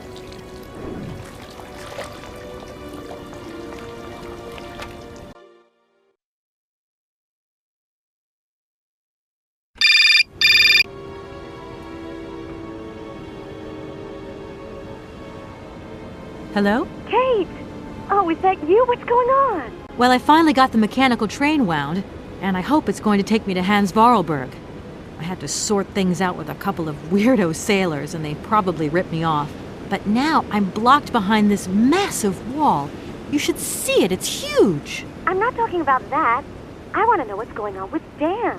What do you mean? I bumped into him at Maggie's do, and he said you'd argued. That's a bit over the top. Things got a bit heated the last time we called, that's all. No need to go overboard. I don't mean to be Miss Melodramatic, but he didn't seem in such great shape. He had his down-in-the-dumps head on. Like Dan has a down-in-the-dumps head. Well, yeah, when that shock of hair flops over his forehead and his eyes mist up and his eyebrows kind of creased together. I'd never noticed. Maybe I did go a bit too far, but he's got such a goody two-shoes image of me that sometimes I just lose it. And this case is taking up a lot of headspace. I was just looking for a bit of compassion. Well, you sure got mine. So, what's going down? Like I said before, I'm kind of getting somewhere, but it's slow. This Hans Vorarlberg guy is getting more and more fascinating by the day. Okay, well, anyway, it doesn't sound like you're bored. Not like back here in the office. Every day is boredom day. It's just no fun without you. When are you coming back? Shouldn't be long, I hope. Look, I've got to go. See you soon. Well, call us again real soon. And be easier on Dan next time, huh? I'll try.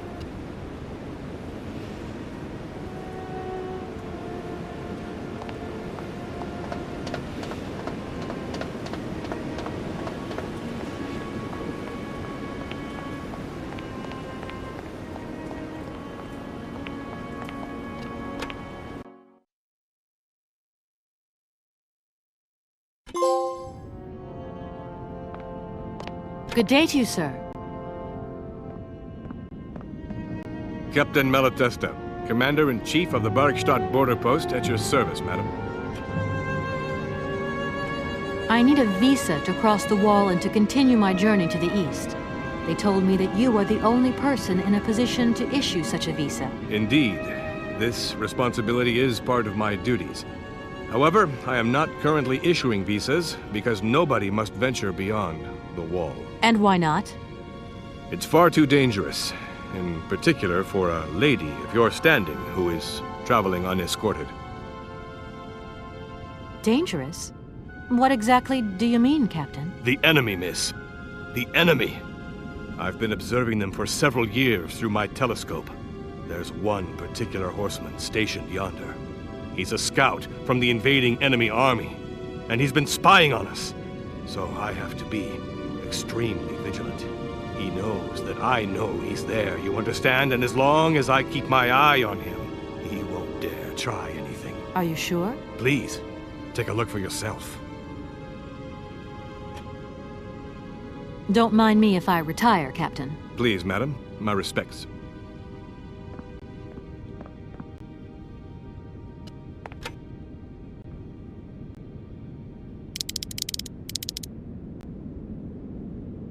How strange.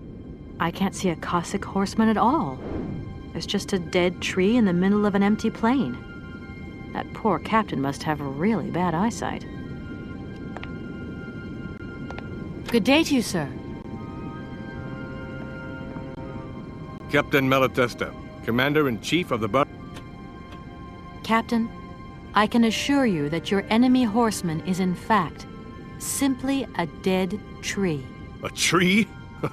But that's totally ridiculous. I can tell you have never seen a Cossack before in your life. How long has this Cossack been spying on your wall?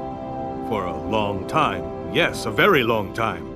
But they could attack at any moment. We simply cannot tell. And he's been in the same position the whole time? Cossacks are soldiers, miss. They're capable of great resistance and persistence in the face of adversity. Don't mind me if I retire, Captain. Please, madam. My respects.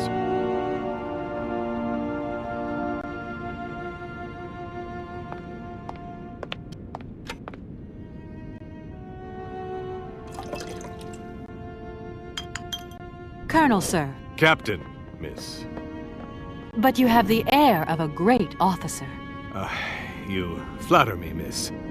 Unfortunately, I'm afraid that we frontier soldiers are often forgotten by the military administration. There's no justice. I sympathize with you, Captain. Let us forget our worries for a moment and have a little drink together in the name of friendship. It would be my pleasure, miss, but the regulations strictly forbid it. Come on. A little glass of wine never hurt anybody, and nobody need know. Wine, miss? You are putting me in a very delicate situation. Don't deny yourself, Captain. Just a little glass. I assure you, it is excellent. Well, perhaps just a drop.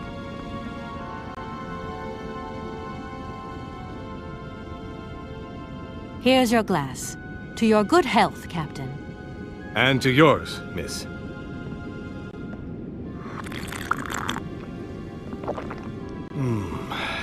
It's been a long time since I've drunk wine in such pleasant company. I admit, it is excellent. Isn't it? You wouldn't think it came from Barrockstadt. It is made from the Amazon forest Sauvignon grape that has been miraculously conserved and cultivated in the station garden. Well, well, well. The university authorities kept that one to themselves. You know, Captain, it is essential that I continue my journey eastwards. Please, don't even think about it. As I've said, it's extremely dangerous. The enemy is spying on us. Perhaps your Cossack horseman isn't quite what you thought. Perhaps it's just a dead tree twisted into a strange shape. You should take another look. You never know. Go on, Captain. Give it a try. So be it. I will make this concession to the fairer sex, miss. But it does seem to be quite ridiculous.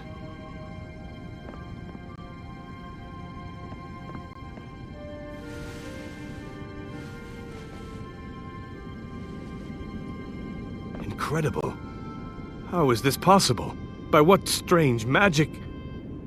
How could I have been so wrong for so long? The enemy was only a tree. I'm so ashamed.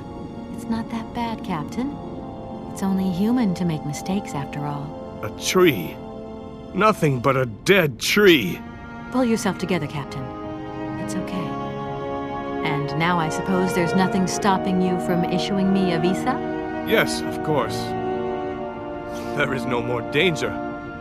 All these years. And now the Cossack has gone. There is nothing left to watch. Captain, you should be delighted. From now on, you don't have to stay pinned to your watchtower. Travel can start up again normally. You will be able to resume your regular duties like issuing entrance and exit visas. You're right. I will sign you a visa to cross the wall frontier immediately. 1,000 apologies. Here, miss.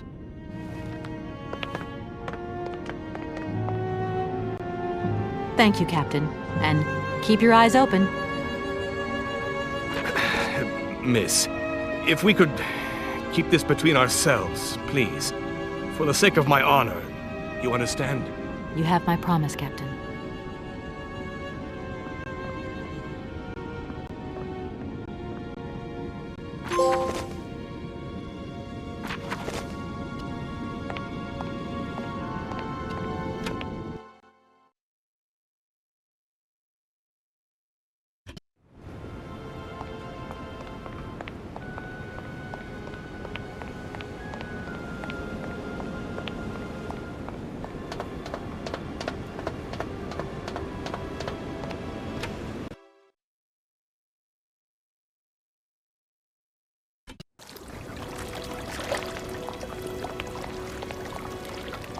Here is the visa. I hope it's regulation, my dear Oscar. It is regulation. Here is your ticket.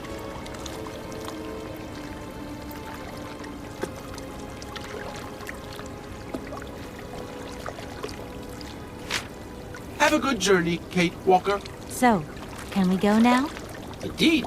We are already very late, Kate Walker.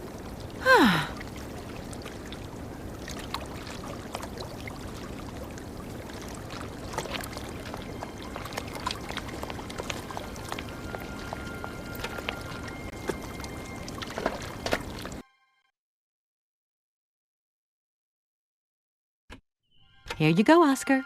Now, please return to your seat, Kate Walker. Yes, Oscar. Immediately, Oscar.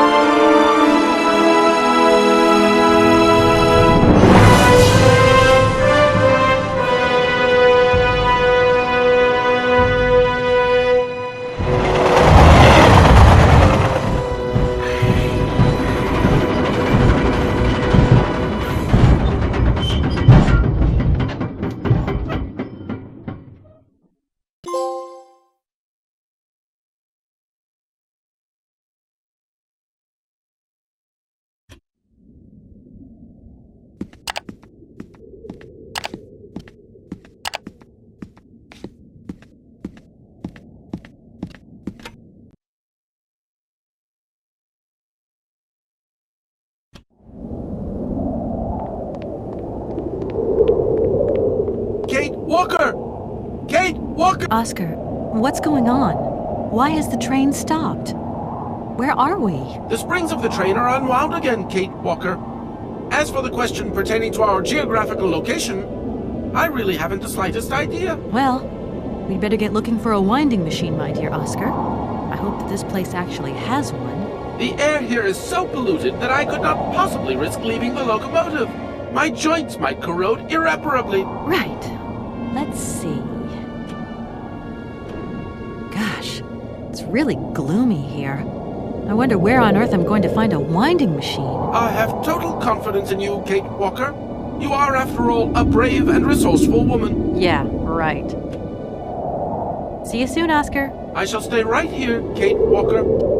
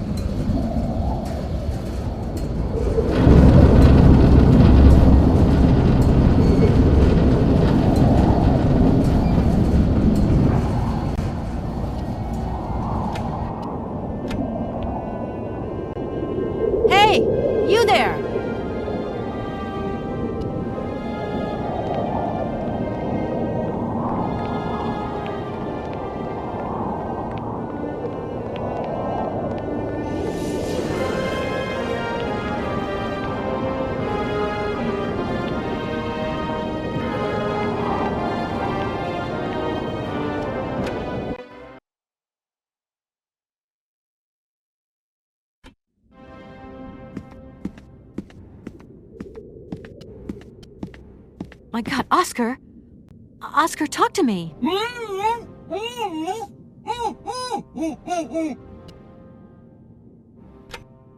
Are you okay?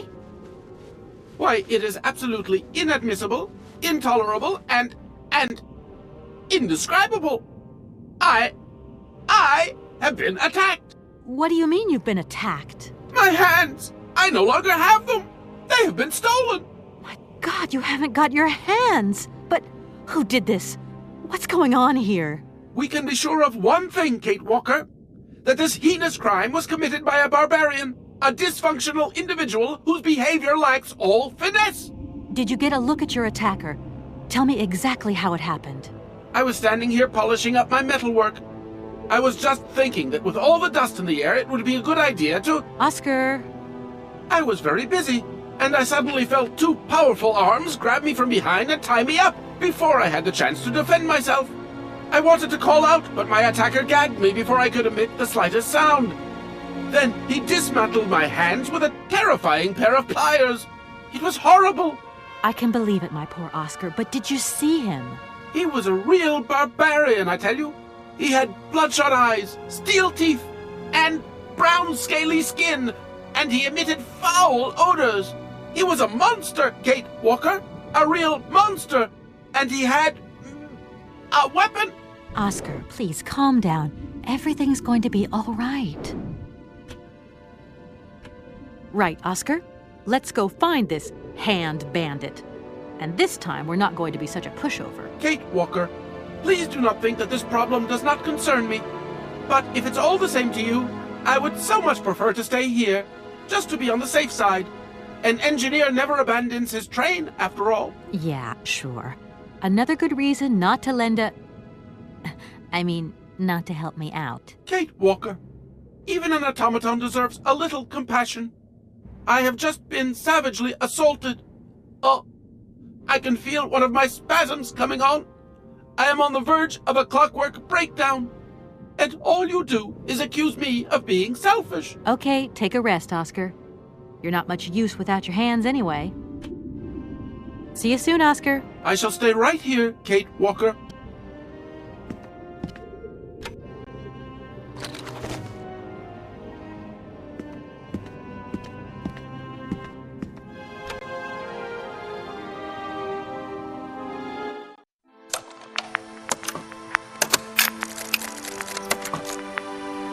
My dear brother, what joy to have news of you after your long silence during the war years. So, you're working for the Russians now. I tell you, we've been hearing some worrying stories about them here. Just your description of that dingy factory makes me cough. But it's so good to hear that your talent is being recognized for its true value, and that your automaton creations are taking the place of workers for all those menial jobs. I'm so proud that Vorarlberg automatons are making such a contribution, even if it is small, to the improvement of people's lives. Meanwhile, back in Valadilène, we've been licking our wounds after the war years. Some people have returned, others not. Life is slowly coming back, but it's taking time. All my love, Anna.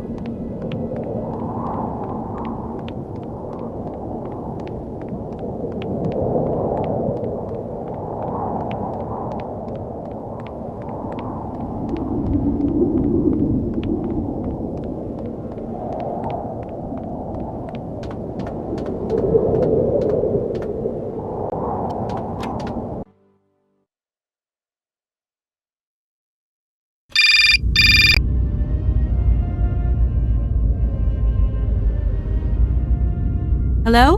Hello? Kate? It's Dan. Can you hear me? Dan, is that you?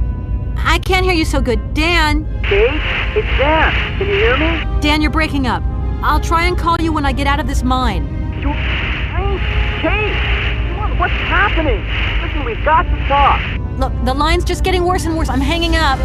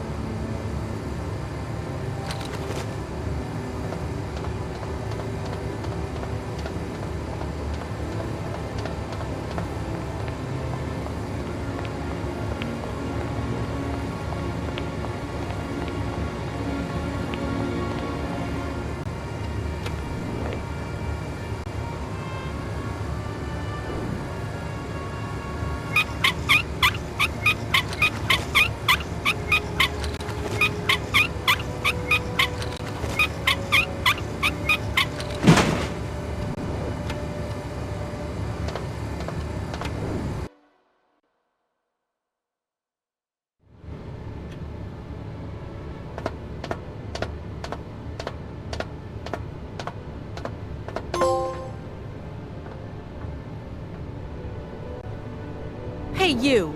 Who are you? Careful, I'm warning you. I'm not afraid of you, okay? What do you want? Why did you do that? There must be some misunderstanding. Because you reckon theft is all about misunderstanding, do you? Give me my hands back. Now! Your hands? And what are those on the ends of your arms? I can explain everything to you. You see, I'm no thief. You broke into my train, assaulted my driver, mutilated him, and stole his hands. Apart from that, you are not a thief. I have not stolen them, miss. Only borrowed them for a while. You've got to be joking. I'm not joking with you, miss. I would never take such liberties. They belong to Oscar, my automaton engineer. Why did you steal them? They are extraordinary. Real mechanical wonders. I would never have been capable of designing such hands myself. Never. Such workmanship. Such precision crafting. It is incredible. Absolutely incredible. And just because you like them, you decided to steal them? I have only borrowed them, little missy. Temporarily, you understand? Of course, I shall return them to you when I don't need them anymore. You can... Excuse me? You see, these hands are all I need to complete my plan. At last, I can finish off my automaton pianist and fulfill my dreams. Everything is now in place. You see, I have converted this old, useless, stupid factory into a magical theater. As you can see, the furnaces, piping, chimney stacks, they've all been converted into one gigantic organ.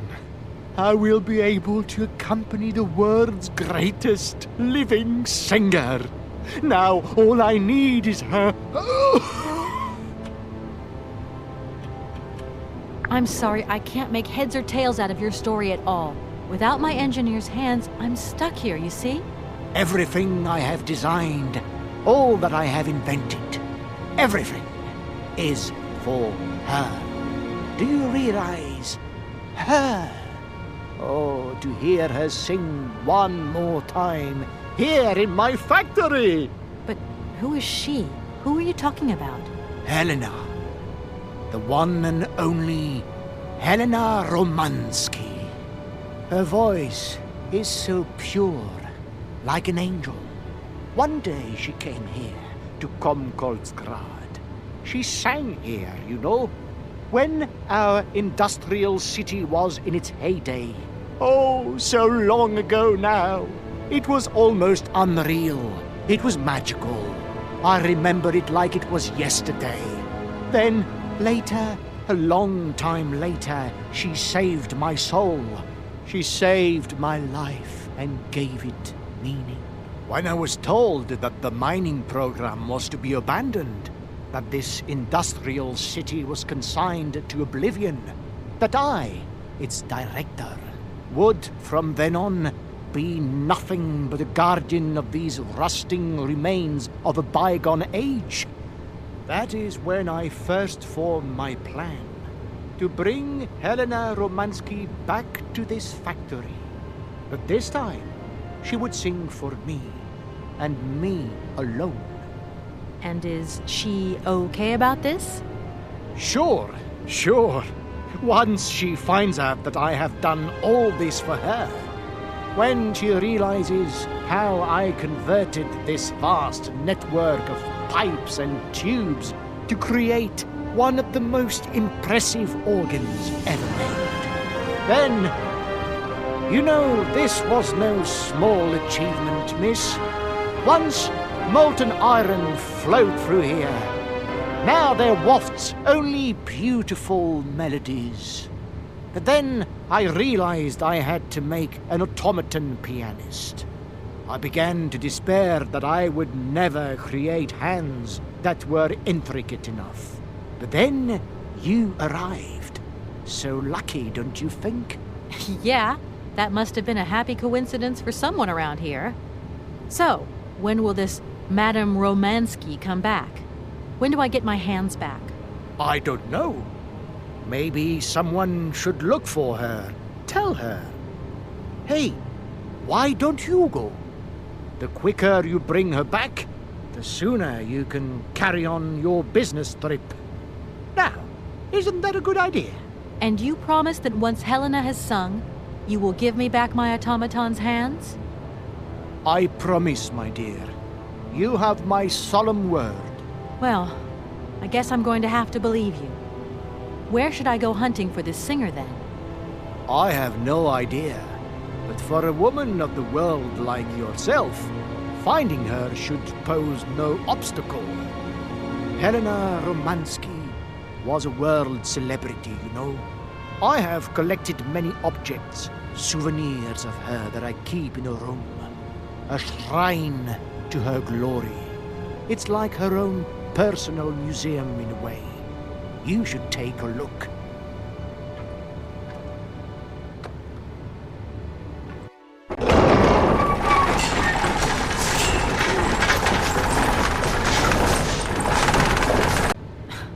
This whole story is completely nuts.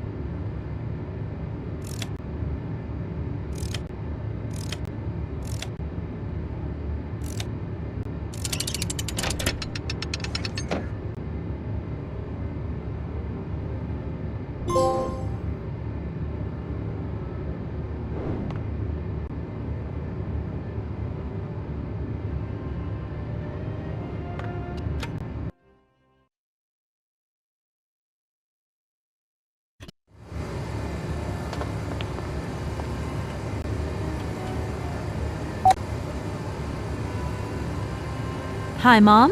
Kate! What?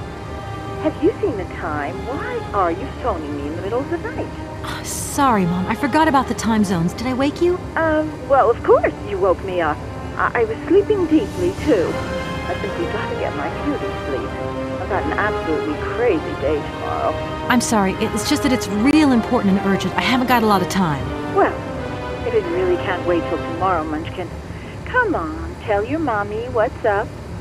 No way I'm calling Dan for you, if that's what you want. Mom, listen, please. I seem to remember you're seeing a Marovich or something like that at the moment. No. Malkovich, Munchkin. Frank Malkovich. Yeah, right. So, but he's an opera singer, right? That's right. They say he had the finest voice of his time, my dear. Imagine that. That's just great. So then he must have known a famous singer called Helena Romansky. She's Russian, too. Please, if you can ask him if... Listen, honey, if it's stars you're after, Frank knows them all. I'll just wake him up and let him tell you himself. You mean he's...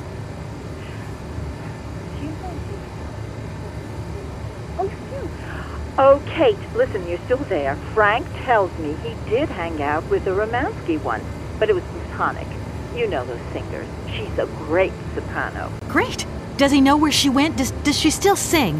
Where does she live? 1 second, Munchkin. Frank says she was very ill and she withdrew from circulation. She went to rest in some spa somewhere. He thinks it was called Aralbad, but it was 15 years ago and he's not sure.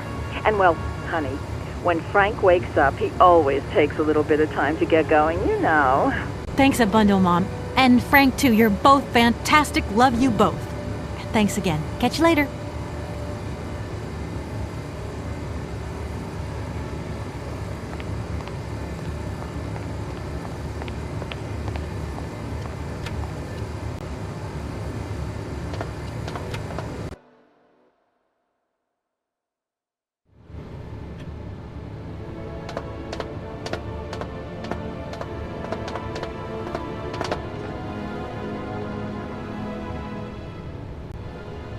Director. Ah, it is you, Miss Walker. Director, I think I know where Helena Romansky is. My God, you have found Helena? That is fantastic. From my research, Helena Romansky is living in Aralbad. Aralbad? Helena Romansky is in Aralbad. You know the town, then? You know where it is? Of course. It was a famous spa resort. In its heyday, Aralbad welcomed all the big wigs of the regime. To be granted a stay there was a real honor. Today, the honor has gone, along with all the generals and colonels, all washed away with the sea. It sounds like a good place if you need to take it easy or convalesce.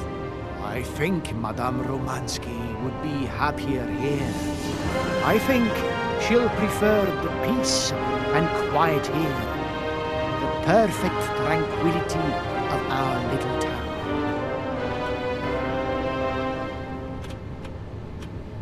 How can I get to Aralbad? There is one way that you can. Here in the city, there are no suitable vehicles left. But that drunk old fool living up there, he'll have something. What drunken old fool? You mean you're not alone? What's up there? You mean you haven't noticed the space compound on the plateau? There's still some pathetic old soldier guarding it. But he's more interested these days in reaching for another bottle than reaching for the stars. And you think this gentleman could have a vehicle for me? I haven't the slightest idea. If you catch him on a good day, then maybe. But good days for him are far and few between. I wish you luck. How do I get up to the space compound, then? There is a monorail that leads up to the Cosmodrome. When you are inside, I will activate the automatic pilot.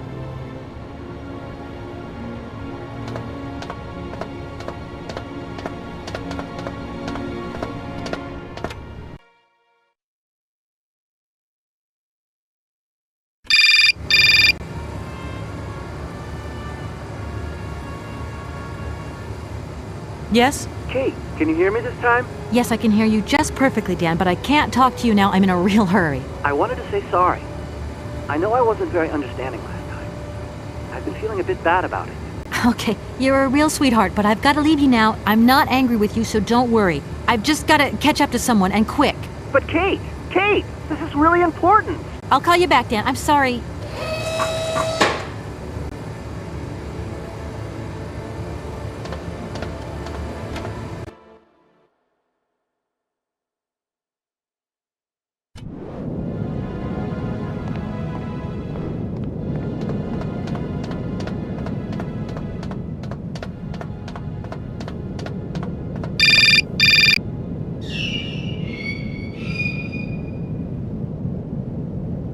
Hello? Kate!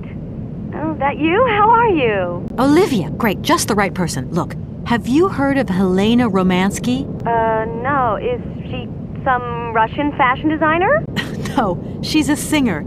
I'm going to be meeting her soon. I've just got to find a way of reaching Aralbad. Can you imagine how lucky I am? Not really. Well, what relation's this singer got with the toy case?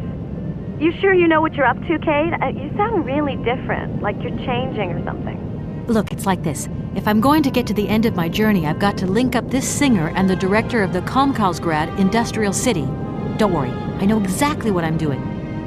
Why did you say that I've changed? I don't know, just an impression. You sound more sure of yourself, like stronger, more confident. And that's a problem? There you go. Just takes one word and you're up on your high horse. I'm beginning to see Dan's point of view. It's getting harder and harder to back you up all the time. What does that mean? Well, it means that I had a drink or two with Dan, because he wants to talk. He feels a bit lonely, you see? And what's he been telling you? Nothing. He just has the impression you're slipping away from him. He can't see where you're coming from anymore. Like, we went to the movies the other day, and he said that you would have loved the film, but I told him that... You mean you're dating my fiancé? No! No, not dating, Kate. Just propping him up while you're away. All in a good cause.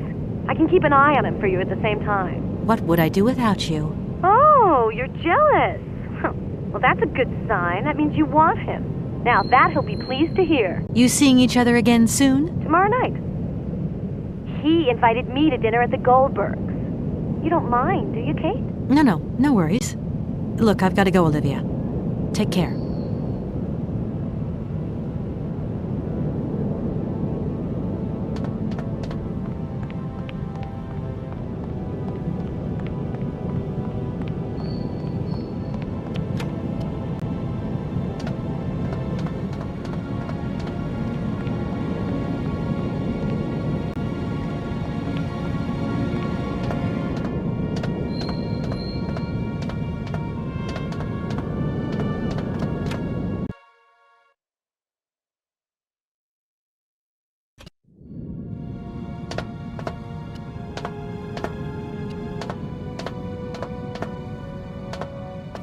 Excuse me. Sir, sorry to disturb you, but yoo-hoo! Can you hear me? 3, 2, 1, contact! And we have liftoff! Oh, holy mother. A dame. A pretty dame on the launch pad. Please, no need to worry, sir. Just do stay calm. I just want some information. Watch what you're doing, sweetheart. We ain't got no information, no strategies, no plans to tell anyone, anywhere, anytime. Military regulations, you dig it, man?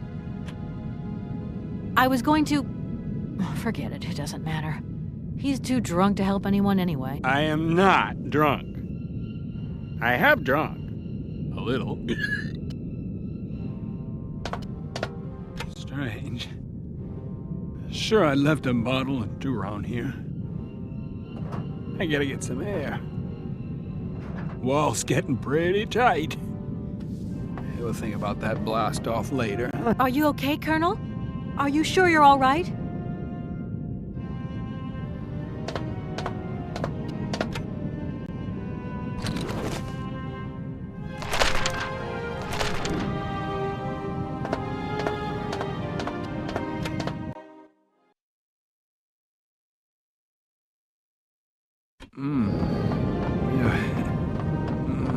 Be careful! Don't lean out too far or you'll...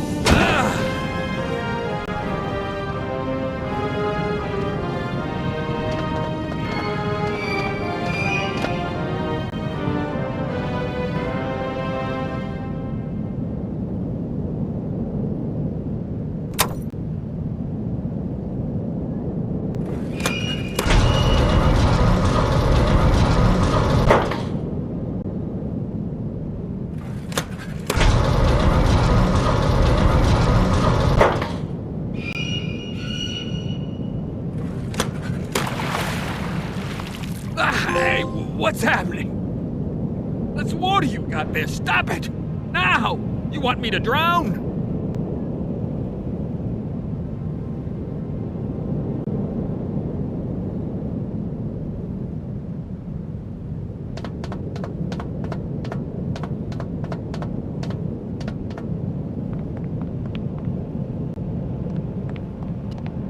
Calm down. It's all right.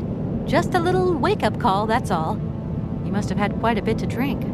Gee, you're right there. Not the first time, either. Probably won't be the last. Man, my head.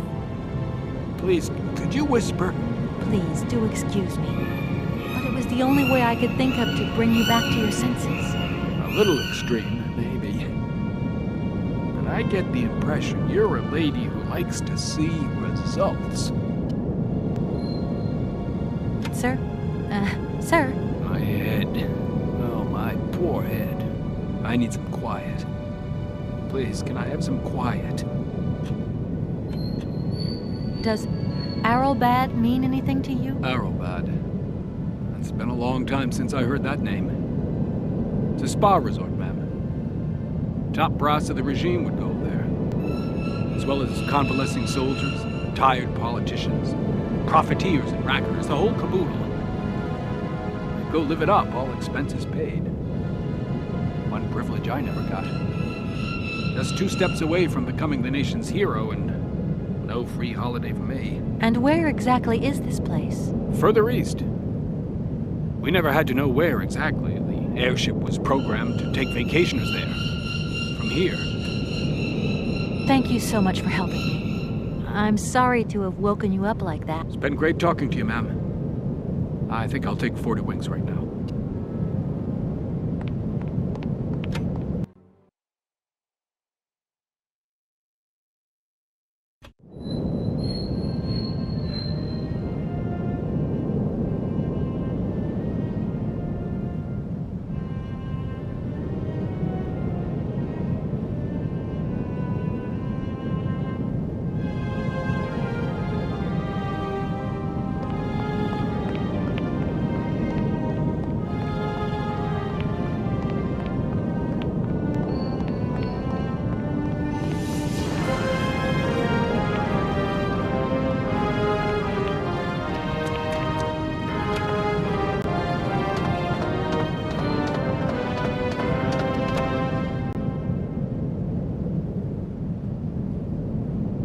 Need a key.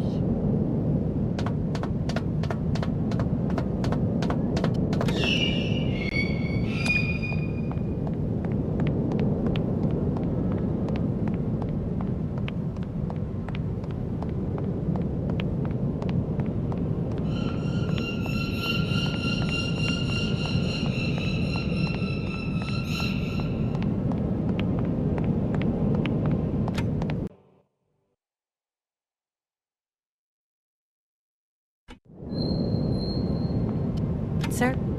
My head. Do you think the airship still works? No idea. It has been so long since it was used. And then I've got to learn how to use it, too. You won't have any worries there.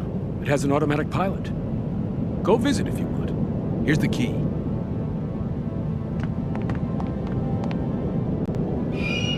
Thanks.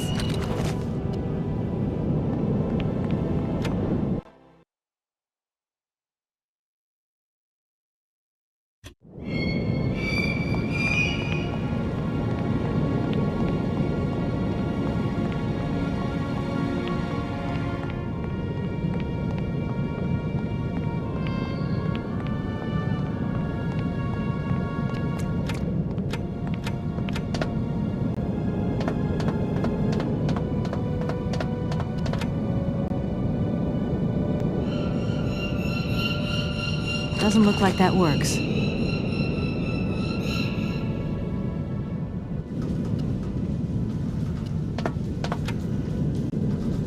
Doesn't look like that works.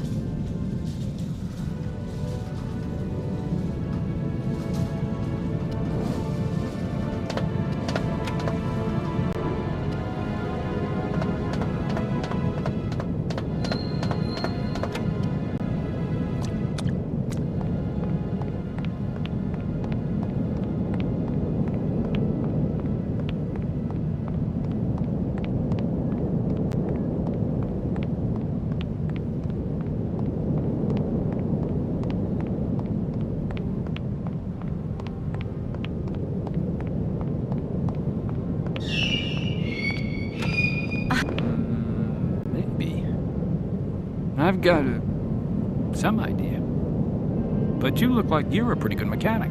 Let's just say that since the start of the journey, I've managed to get by and get to know Hans Vorarlberg's strange contraptions. Okay. I have a deal to make with you. I've been living in this dumb launcher site for years. And I've always said that one of these days I'm going to the stars on that flying wing. And I better make that trip before vodka stews my brain. But I gotta know how it works. And you look like you might have some clue at least. If you could help me get to the stars, I'll tell you how the airship works. What do you say? We got a deal? Why not? I'll see what I can do for you.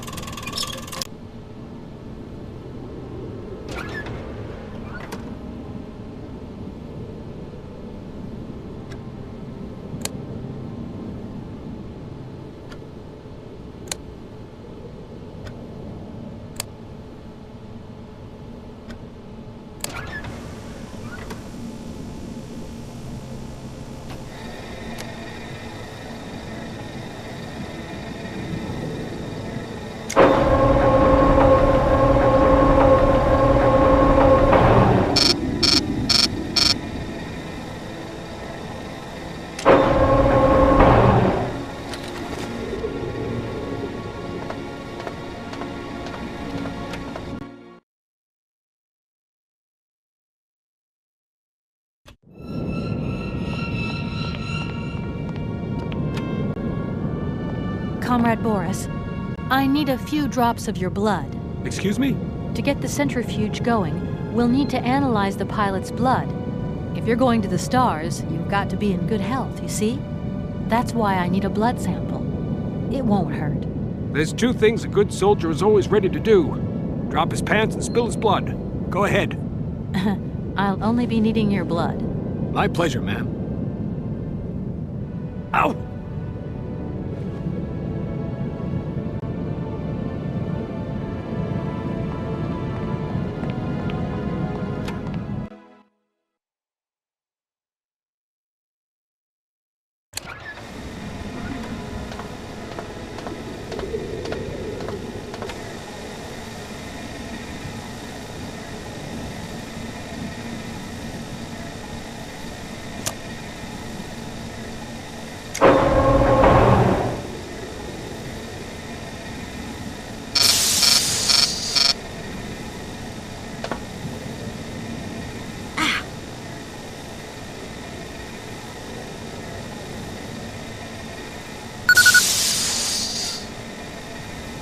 Okay, I think I've figured out how it works.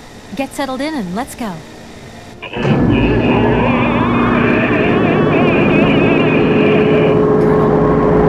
are you all right? Never been better. It's spinning a bit, but I am used to that. I'm a professional pilot.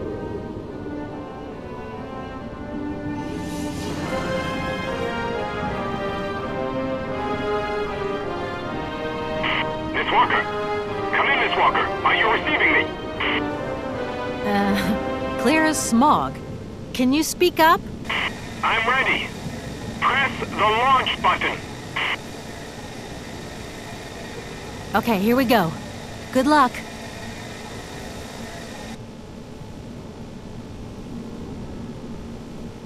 Takeoff procedure engaged. Countdown commencing. Colonel, you've forgotten to tell me the secret of the airship. What do I have to do? The airship will need to be right up.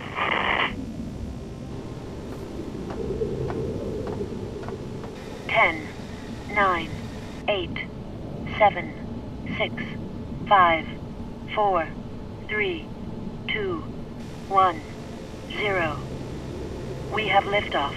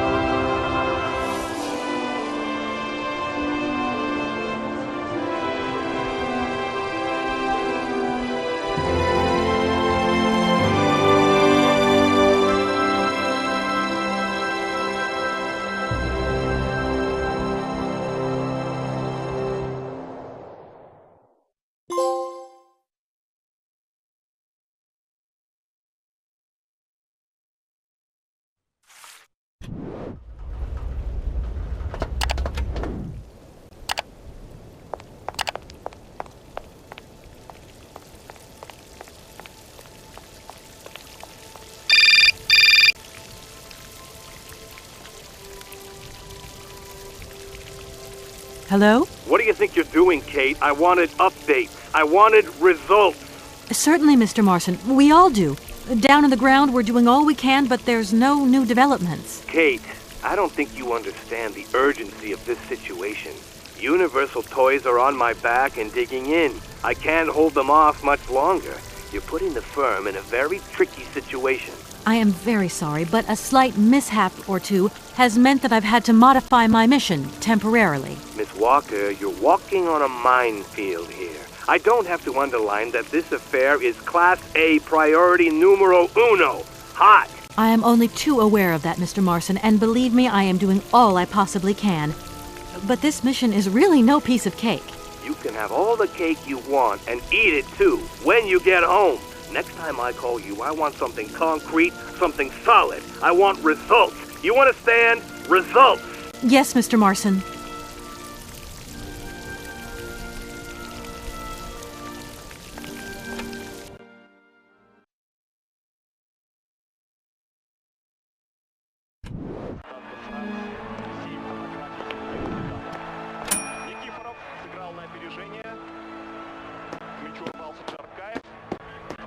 Good morning, sir. Good day to you, ma'am, and welcome to the Hotel Krotsky. I don't expect you've made a reservation, have you? Well, no matter. We've got a few rooms left with a sea view. By far the best on offer. Well, actually I wasn't counting on staying in Aralbad.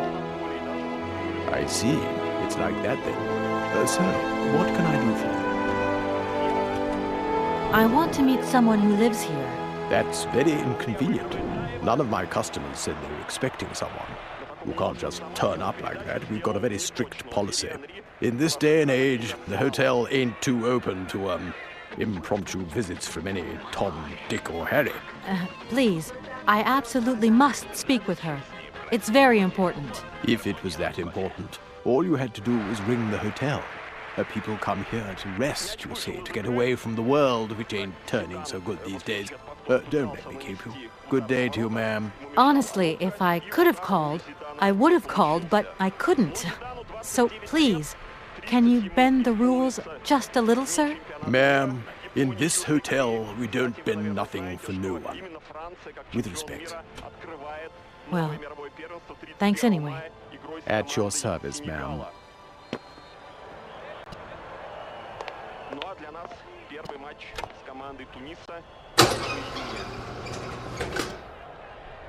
Валерий Карпин, на ваших экранах. Наши, наконец, перешли на половину поля французов. Анопка подключается. Справа от него Даев. Ну, в общем, та расстановка...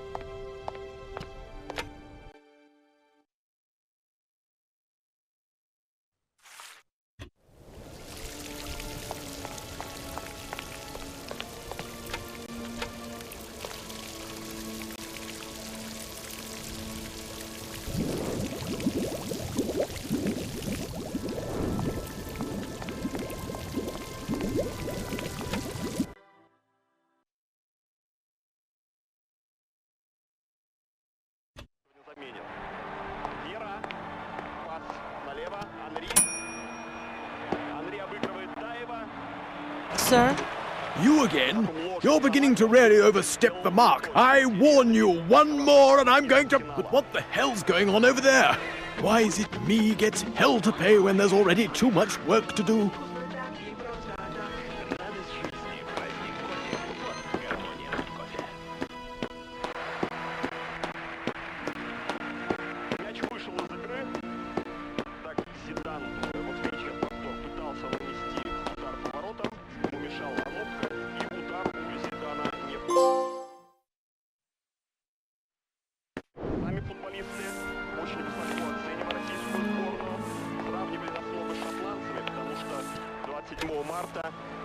Французы здесь выиграли у сборной Шотландии 5-0, буквально разгромив шотландцев. Зиндин Зидан на ваших экранах. 4-0 уже было после первого тайма. Там Зидан забил 2 мяча Трезеге, Анри, ну и потом Марле, 5-й мяч уже во втором тайме. Но сравнивая с шотландцами, сами футболисты, в частности Вейра и Пяти, говорит, что, конечно, более серьезно. Противник же довольно лестно для нас звучит.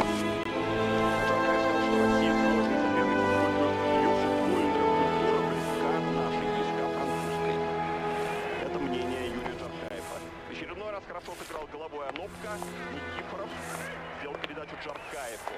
Зидан, кумир местной публики, он здесь везде, даже, извиняюсь, на стене общественного.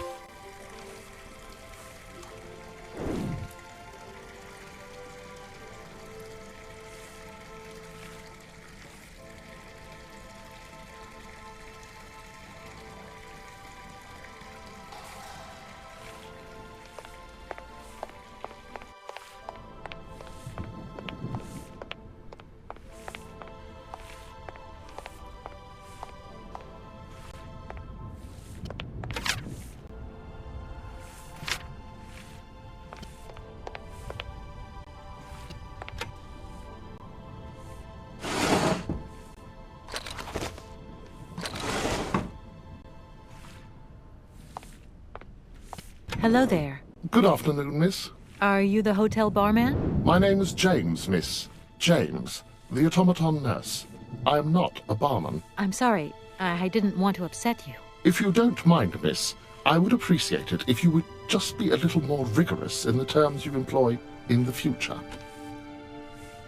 Well, I'm going, James. See you later, maybe. It would be a pleasure to see you again, miss.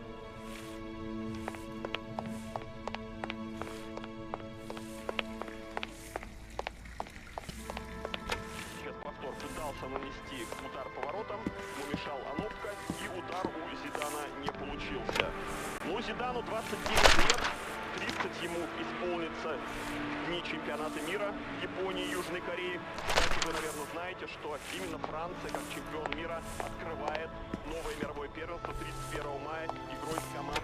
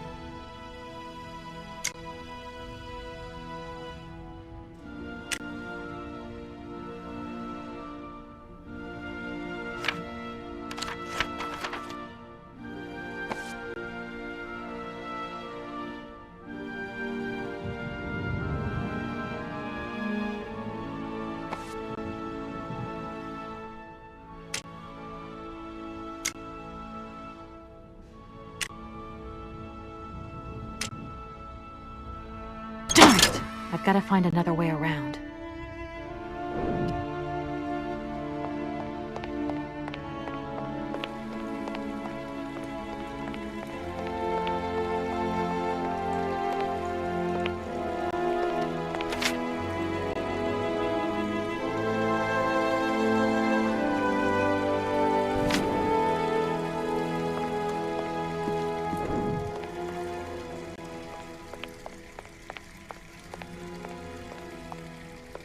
I'm sorry to disturb you. Yeah, I think I can thrust with my queen through there. Unless... I can see that I'm disturbing you. Hey, no, checking two moves. Maybe I'll squeeze him with my bishop instead. Nothing like a good squeeze from a bishop. Okay, I wouldn't like to disturb you any longer.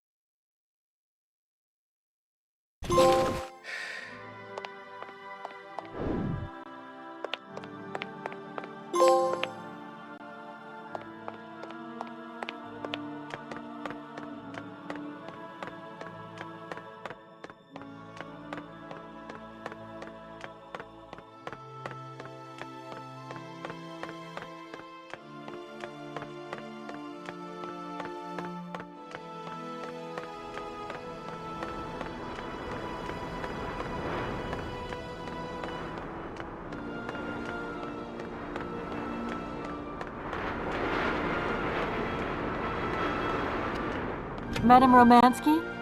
Madam Helena Romansky? Who are you? What do you want? I'm sorry to disturb you, ma'am. My name's Kate Walker. I've come on behalf of Frank Malkovich. Ah, Malkovich, the old son of a gun. Are you one of his relatives? Not exactly. He's a good friend of my mother's. He told me you might be here in Aralbad. I'm American, a lawyer. To what do I owe your visit? You have come so far. It must be important. Indeed it is. I have very delicate and pressing business to attend to. I have just left... Later, my dear, later. I have a slight headache. This hotel masked a pinch so I have to go in. Please, could you be so kind as to call my valet? Your valet? Of course.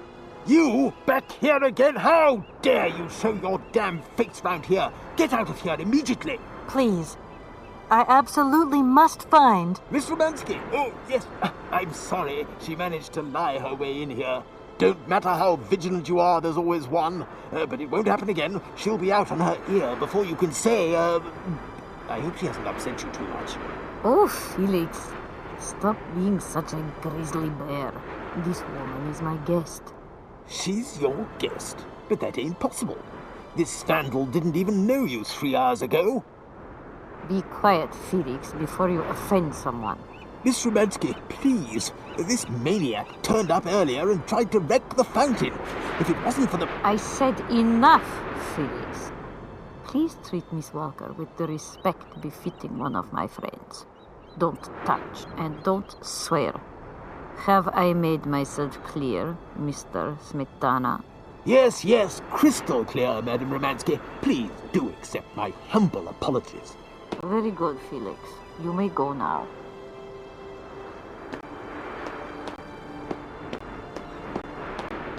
Madam Romansky, thank you for stepping in there.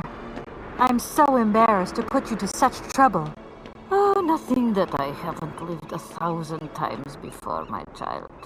I want to go in now. I am exhausted. Can you call James to pick me up? Certainly, ma'am. Right away.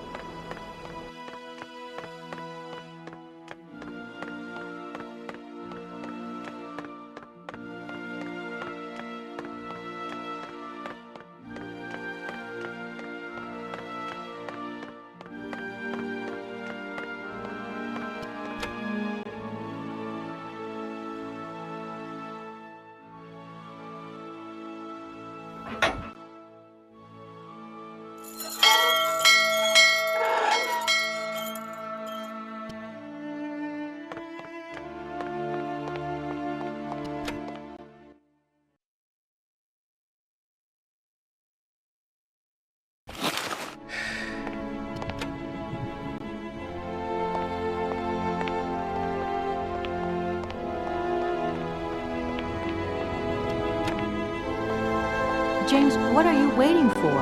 Don't tell me you didn't hear the bell this time. The bell did indeed ring, but it is very windy outside, isn't it? Yeah, it is a bit gusty. But what's that got to do with it? Madam doesn't understand. She says an automaton doesn't need protection, but my insides don't like the salty wind. I'm afraid to go out, you know. And if you wore my mask to protect you against the salt, would that help? Oh, most certainly.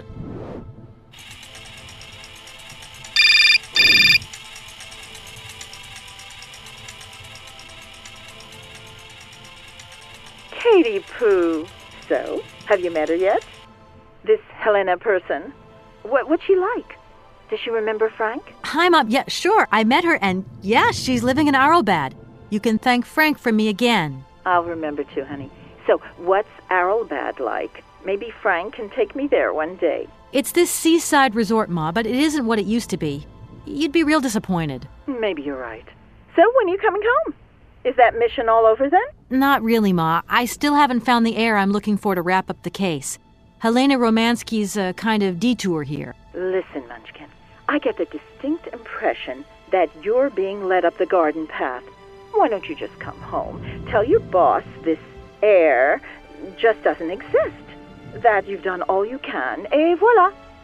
Do you want me to call him for you? Ma, please, don't get involved. Looking for Hans Vorarlberg is what I'm being paid for. But I also just want to find him for myself. Honestly, you're just as stubborn as your father. Don't complain that your mother didn't warn you. Don't worry, I won't.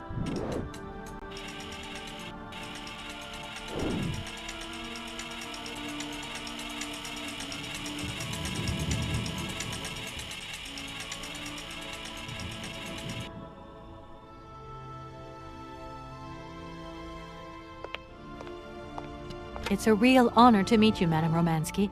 People have told me so much about you. People still talk about me? Oh dear. Of course. Everyone tells me how wonderful you were. How you were one of the greatest singers of the century.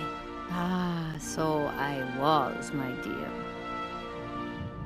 But surely you didn't come here just to dig up the past.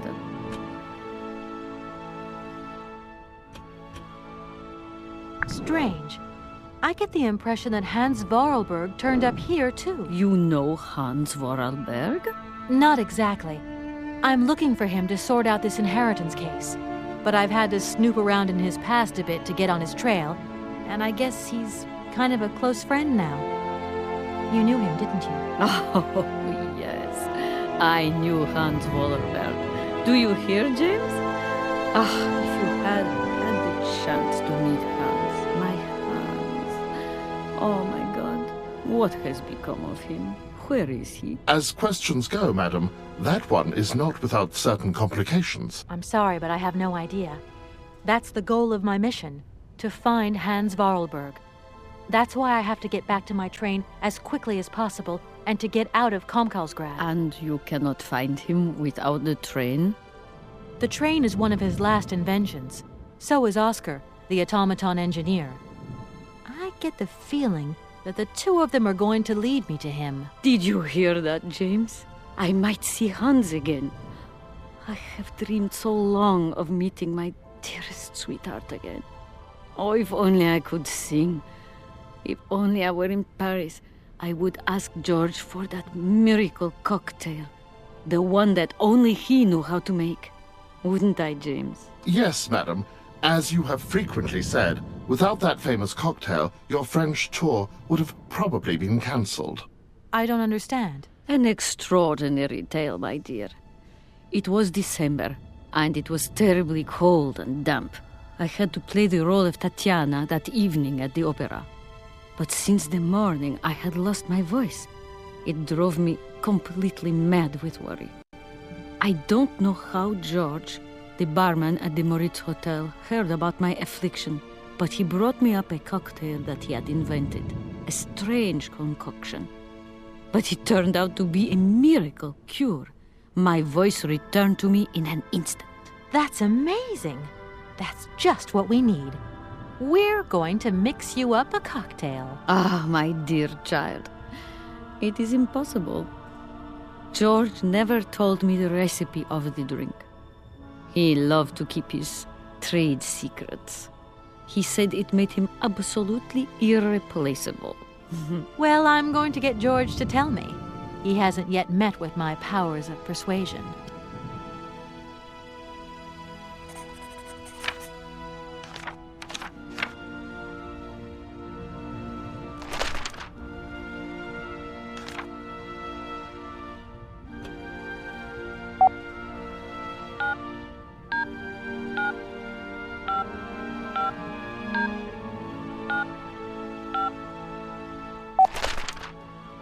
Hello, Hotel Moritz? Reception here. Can I help you? I'd like to talk to Mr. George.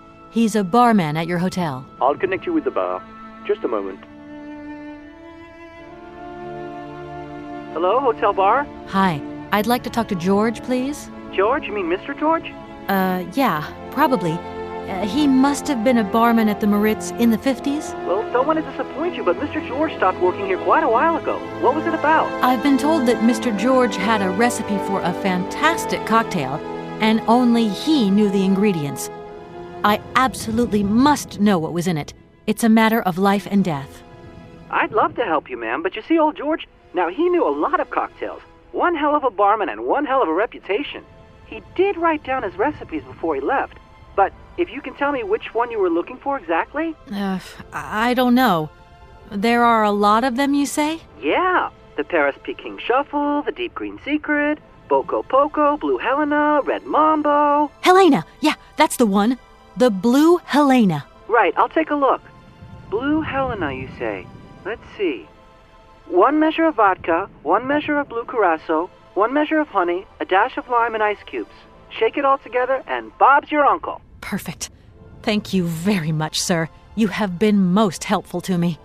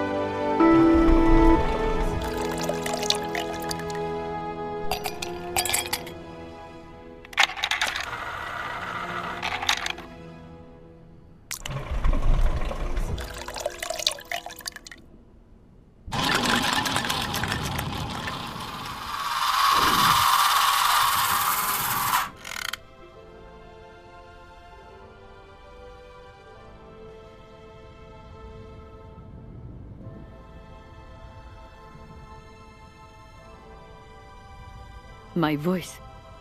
Oh, Chichurnia.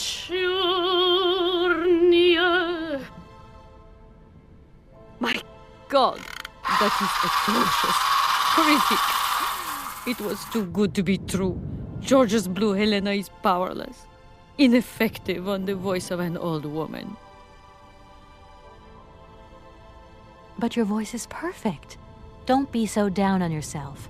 You just need to warm up a bit, that's all. After all these years, it's to be expected. No, I am very grateful for all your efforts, but really, I cannot go on stage with such a puny, pathetic voice. My performance would be so poor.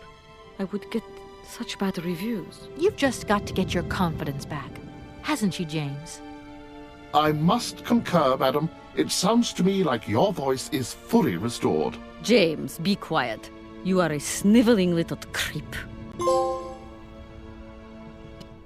The Blue Helena really does have a magical effect.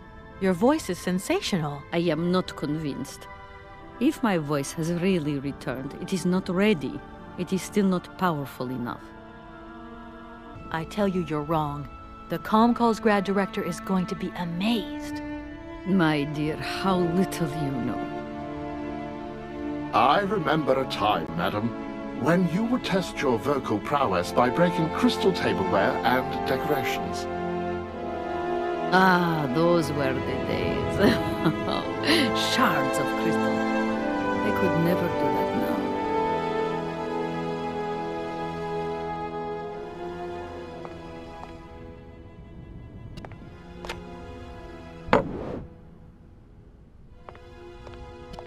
Snart jag vidare hos, jag vned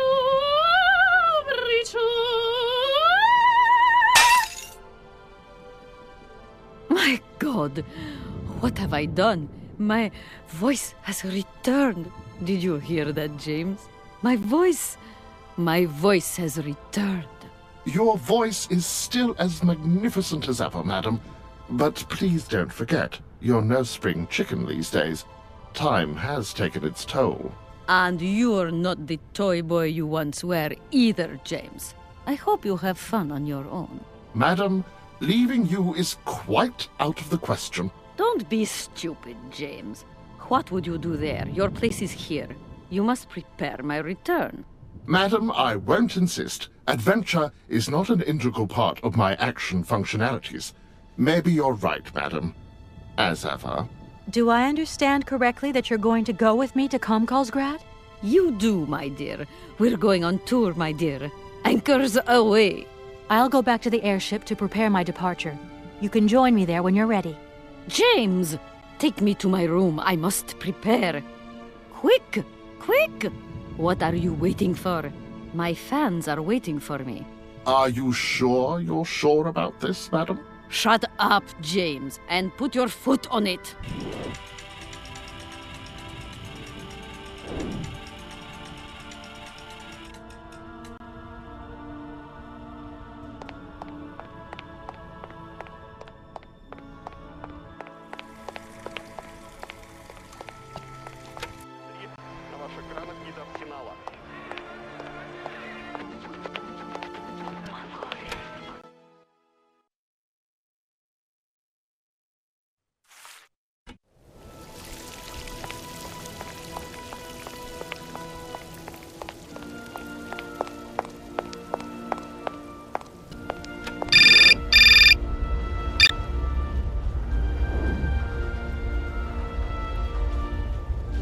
Hello? Hi, it's me, Olivia. Hey, sweetie, what's new?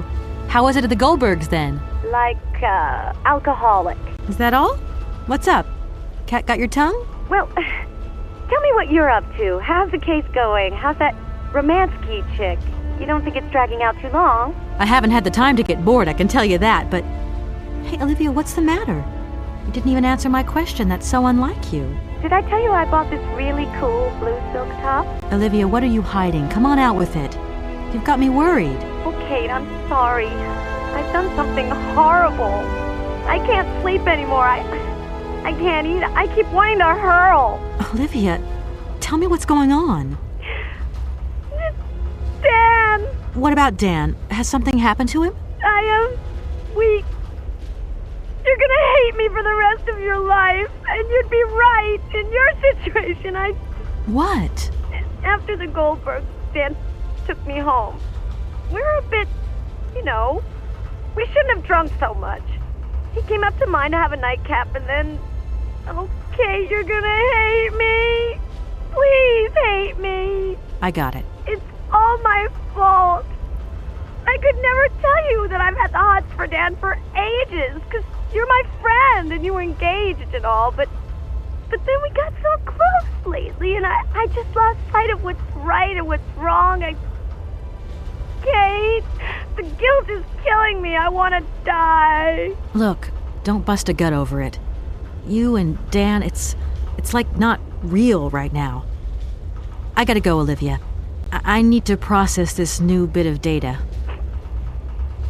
Are you like some automaton or something? Kate, please. I'm hanging up now. I want to be on my own.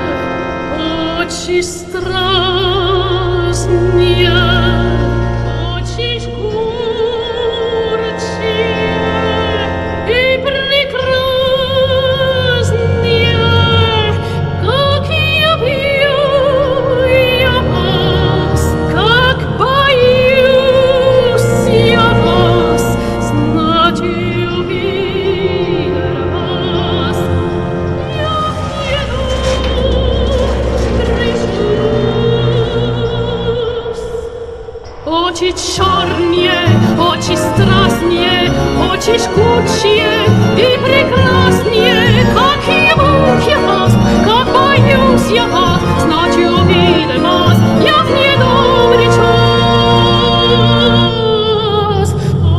Очи черные, очи страстные, очи жгучие.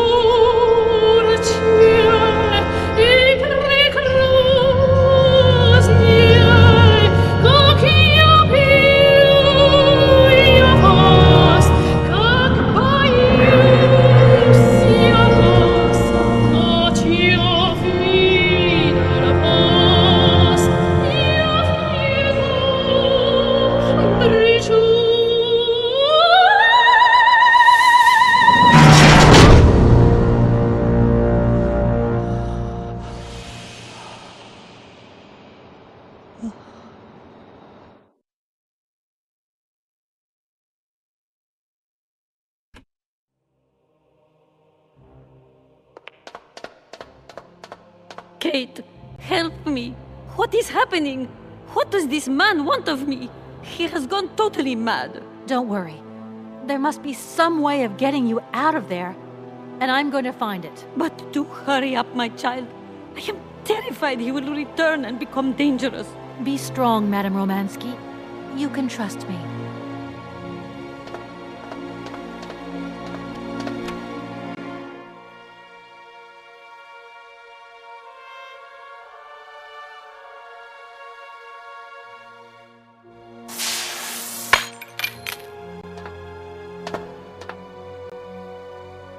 At last, young lady. I was beginning to be desperate. I came as fast as I could. Now hurry! Get out of here quickly before that maniac notices. I've got to get Oscar's hands back.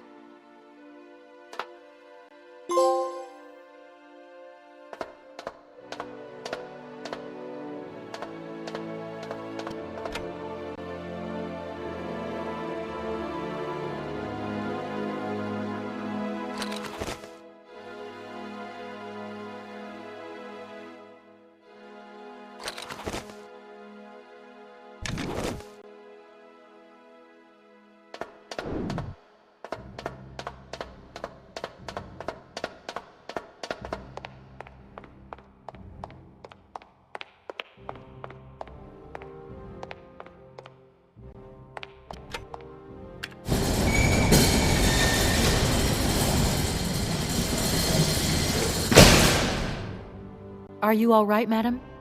My heart has been put to the test here, but it just might hold out. Let's go. Let's not hang around here. Yes, let's leave this dreadful place.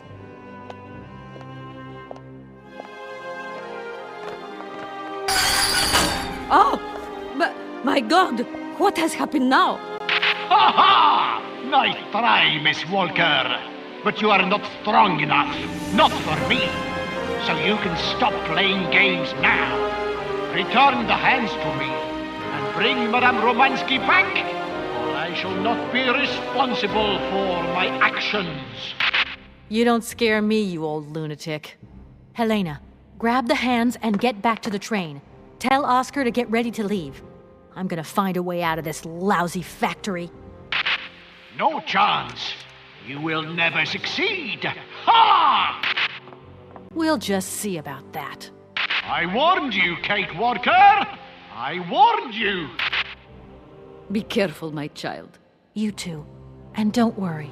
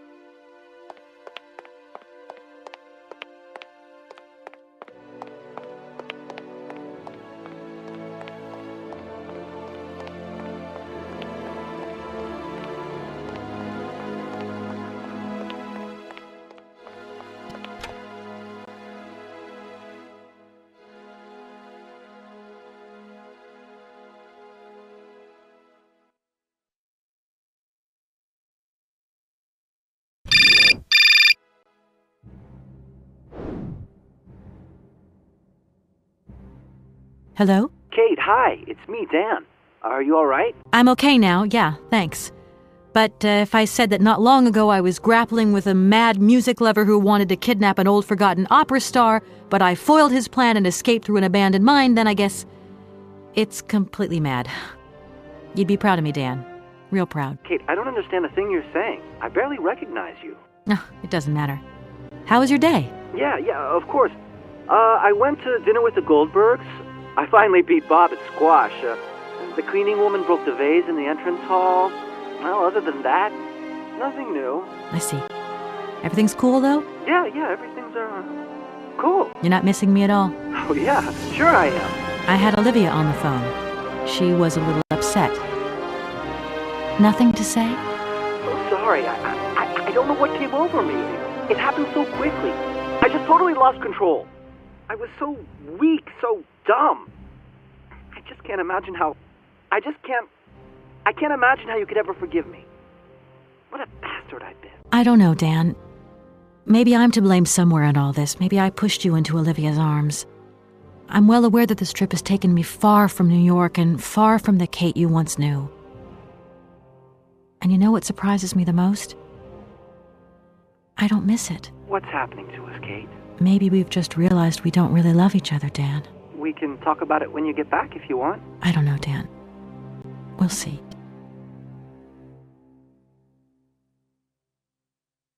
Madame Romansky, are you okay? It's so good to find you here safe and sound. Oh, me too, my child. Oh, my God, look at you. You're so scruffy. How do you expect to be a respectable young lady if you don't take care of how you dress? It's just that, well, given the circumstances... Why are we not leaving? Please, stop talking and tell the engineer to move. I want to go home. As you wish, Madame Romansky.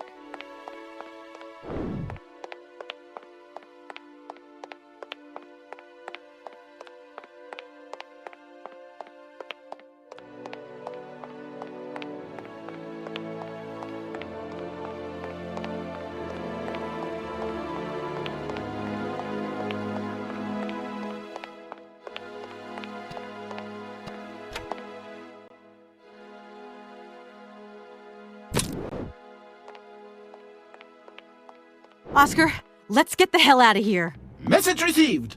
Full steam ahead!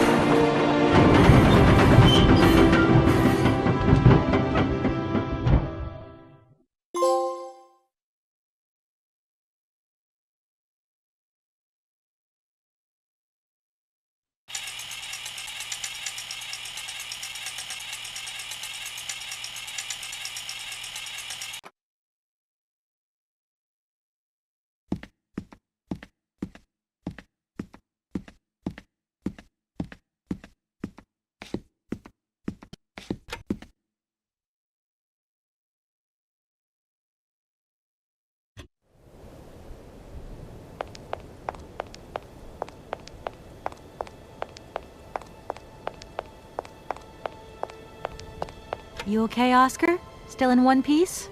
Humor is a concept outside the scope of my functionality, Kate Walker. You should know that by now. Oscar, come on, quit crabbing. We got out of that dingy city safe and sound, didn't we?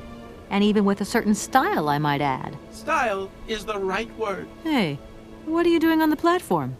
That's not like you. I wanted to take a little air and dust away the cobwebs from my joints. This salt wind is terrible, though. I think it would be wiser to return to our nice, warm train. Get a life, Oscar.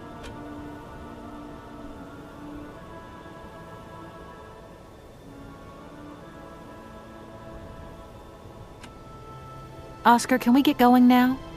Really, Kate Walker? First, we have to wind up the train's mechanism. Of course. What was I thinking of? Right away. I'm on the case. See you around, Oscar. I'll be waiting for you, Kate Walker.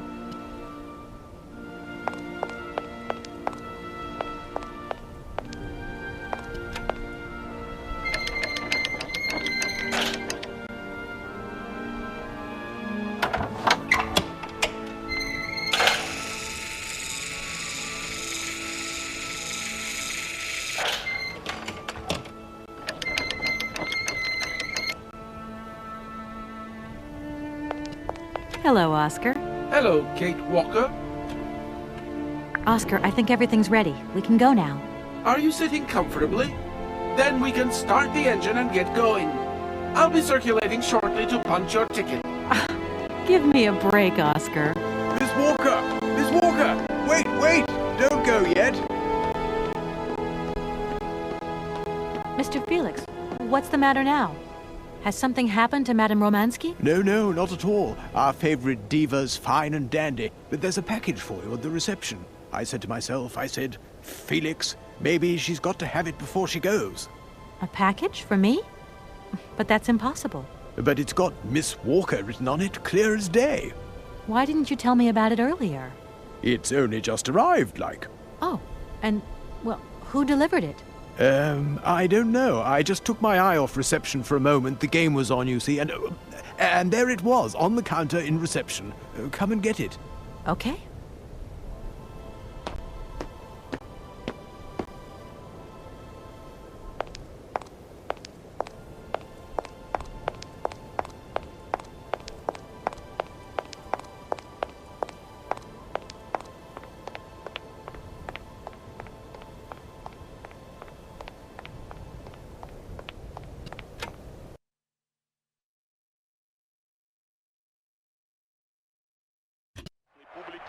Он здесь везде, даже, извиняюсь, на стене общественного туалета.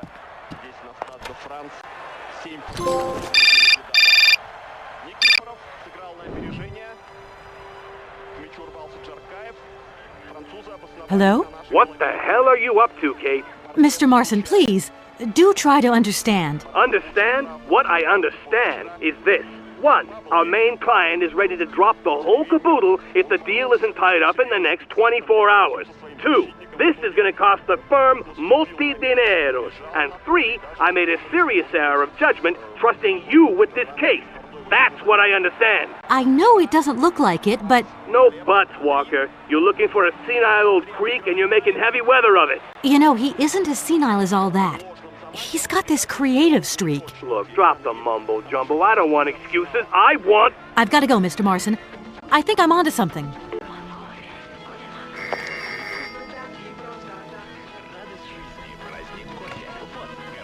Hello, reception here. Felix Massana at your service. Yes, ma'am. Yes. Yes, she's right here in front of me, ma'am. Immediately. Please, be my guest. Miss Walker, Madame Romansky would like you to join her at the hotel bar as quickly as possible. I'm going.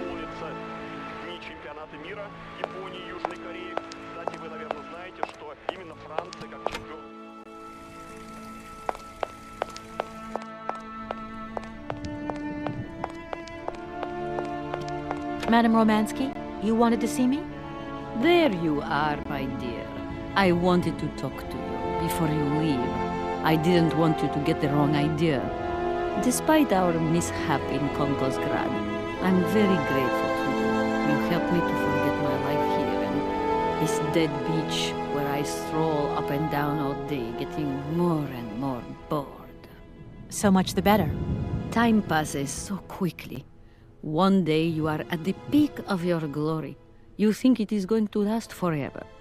And then one day the bubble bursts, and you are washed up and forgot. Madame Romansky, don't be so gloom and doom. It doesn't suit you. And if there is no one left to help you out, you start to sink into a long, dark winter. Perhaps you should rest now. We've had a trying time. It's been emotional. You must be tired. When I returned here, Hans gave me such a taste for life. He too was ill. He coughed. He must have spent too long at the factories, breathing in their smoke. And then he was better. And he left. And I stayed with my memories. Hans Vorarlberg? Hans Vorarlberg was so full of joy, so carefree. He was a little symbol of spirit, of course, as they say. He was a child who made fantastic toys. I think that maybe I loved him. God alone knows where he is today. The plane with the hotel supplies has arrived. Maybe you should take a walk outside. I don't understand. I am old. I am tired. I have been very pleased to meet you, Kate Walker. Goodbye, James. Do look after Madame Romansky. That is all I ever do, miss. May fortune follow your every footstep. The snow is a good sign. Really? The snow chases the wind away and covers the salt and sand on the ground. The air becomes purer and still. Ideal conditions for a constitutional. Great. Thanks for everything, James.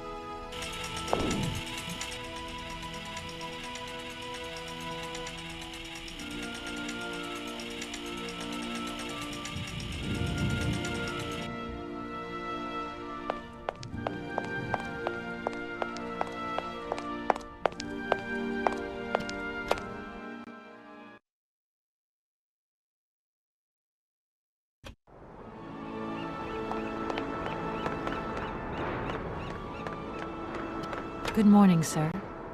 Mr. Vorarlberg? Hans Vorarlberg? You've brought the train, then. That's good. Mr. Vorarlberg, you have no idea how pleased I am to meet you at last. I'm Kate... Where is Anna? Your sister has passed away, Mr. Vorarlberg. I am sorry. Truly sorry. Okay. Otherwise, it's Anna who would have come, right? Not you. I guess you're right, Mr. Vorarlberg. My name's Kate Walker. Kate Walker? Okay, I'm going away on the train. A long way away. Where's that? That way. Syberia. Syberia. I'm sorry. Mr. Vorarlberg, I've been ordered to tie up the buyout of your factory in Valadilène. It's, my job, you understand. Anna told me. The automatons. That's over now, isn't it? Mr. Vorarlberg, the factory belongs to you now, and I need your signature to tie up the deal. Okay.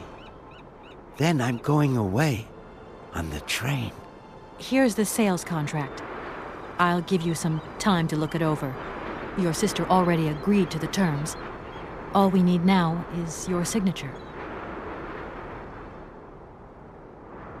What? You've signed just like that? Without reading it? I can't read. I don't know how to. Oh. In that case, I'll read it for you. No, it's okay. Leave it.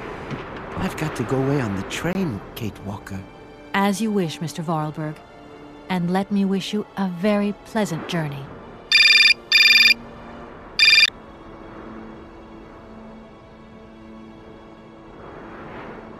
Yes? Listen, Walker, I've decided to send over some backup. No need, Mr. Marson. What do you mean?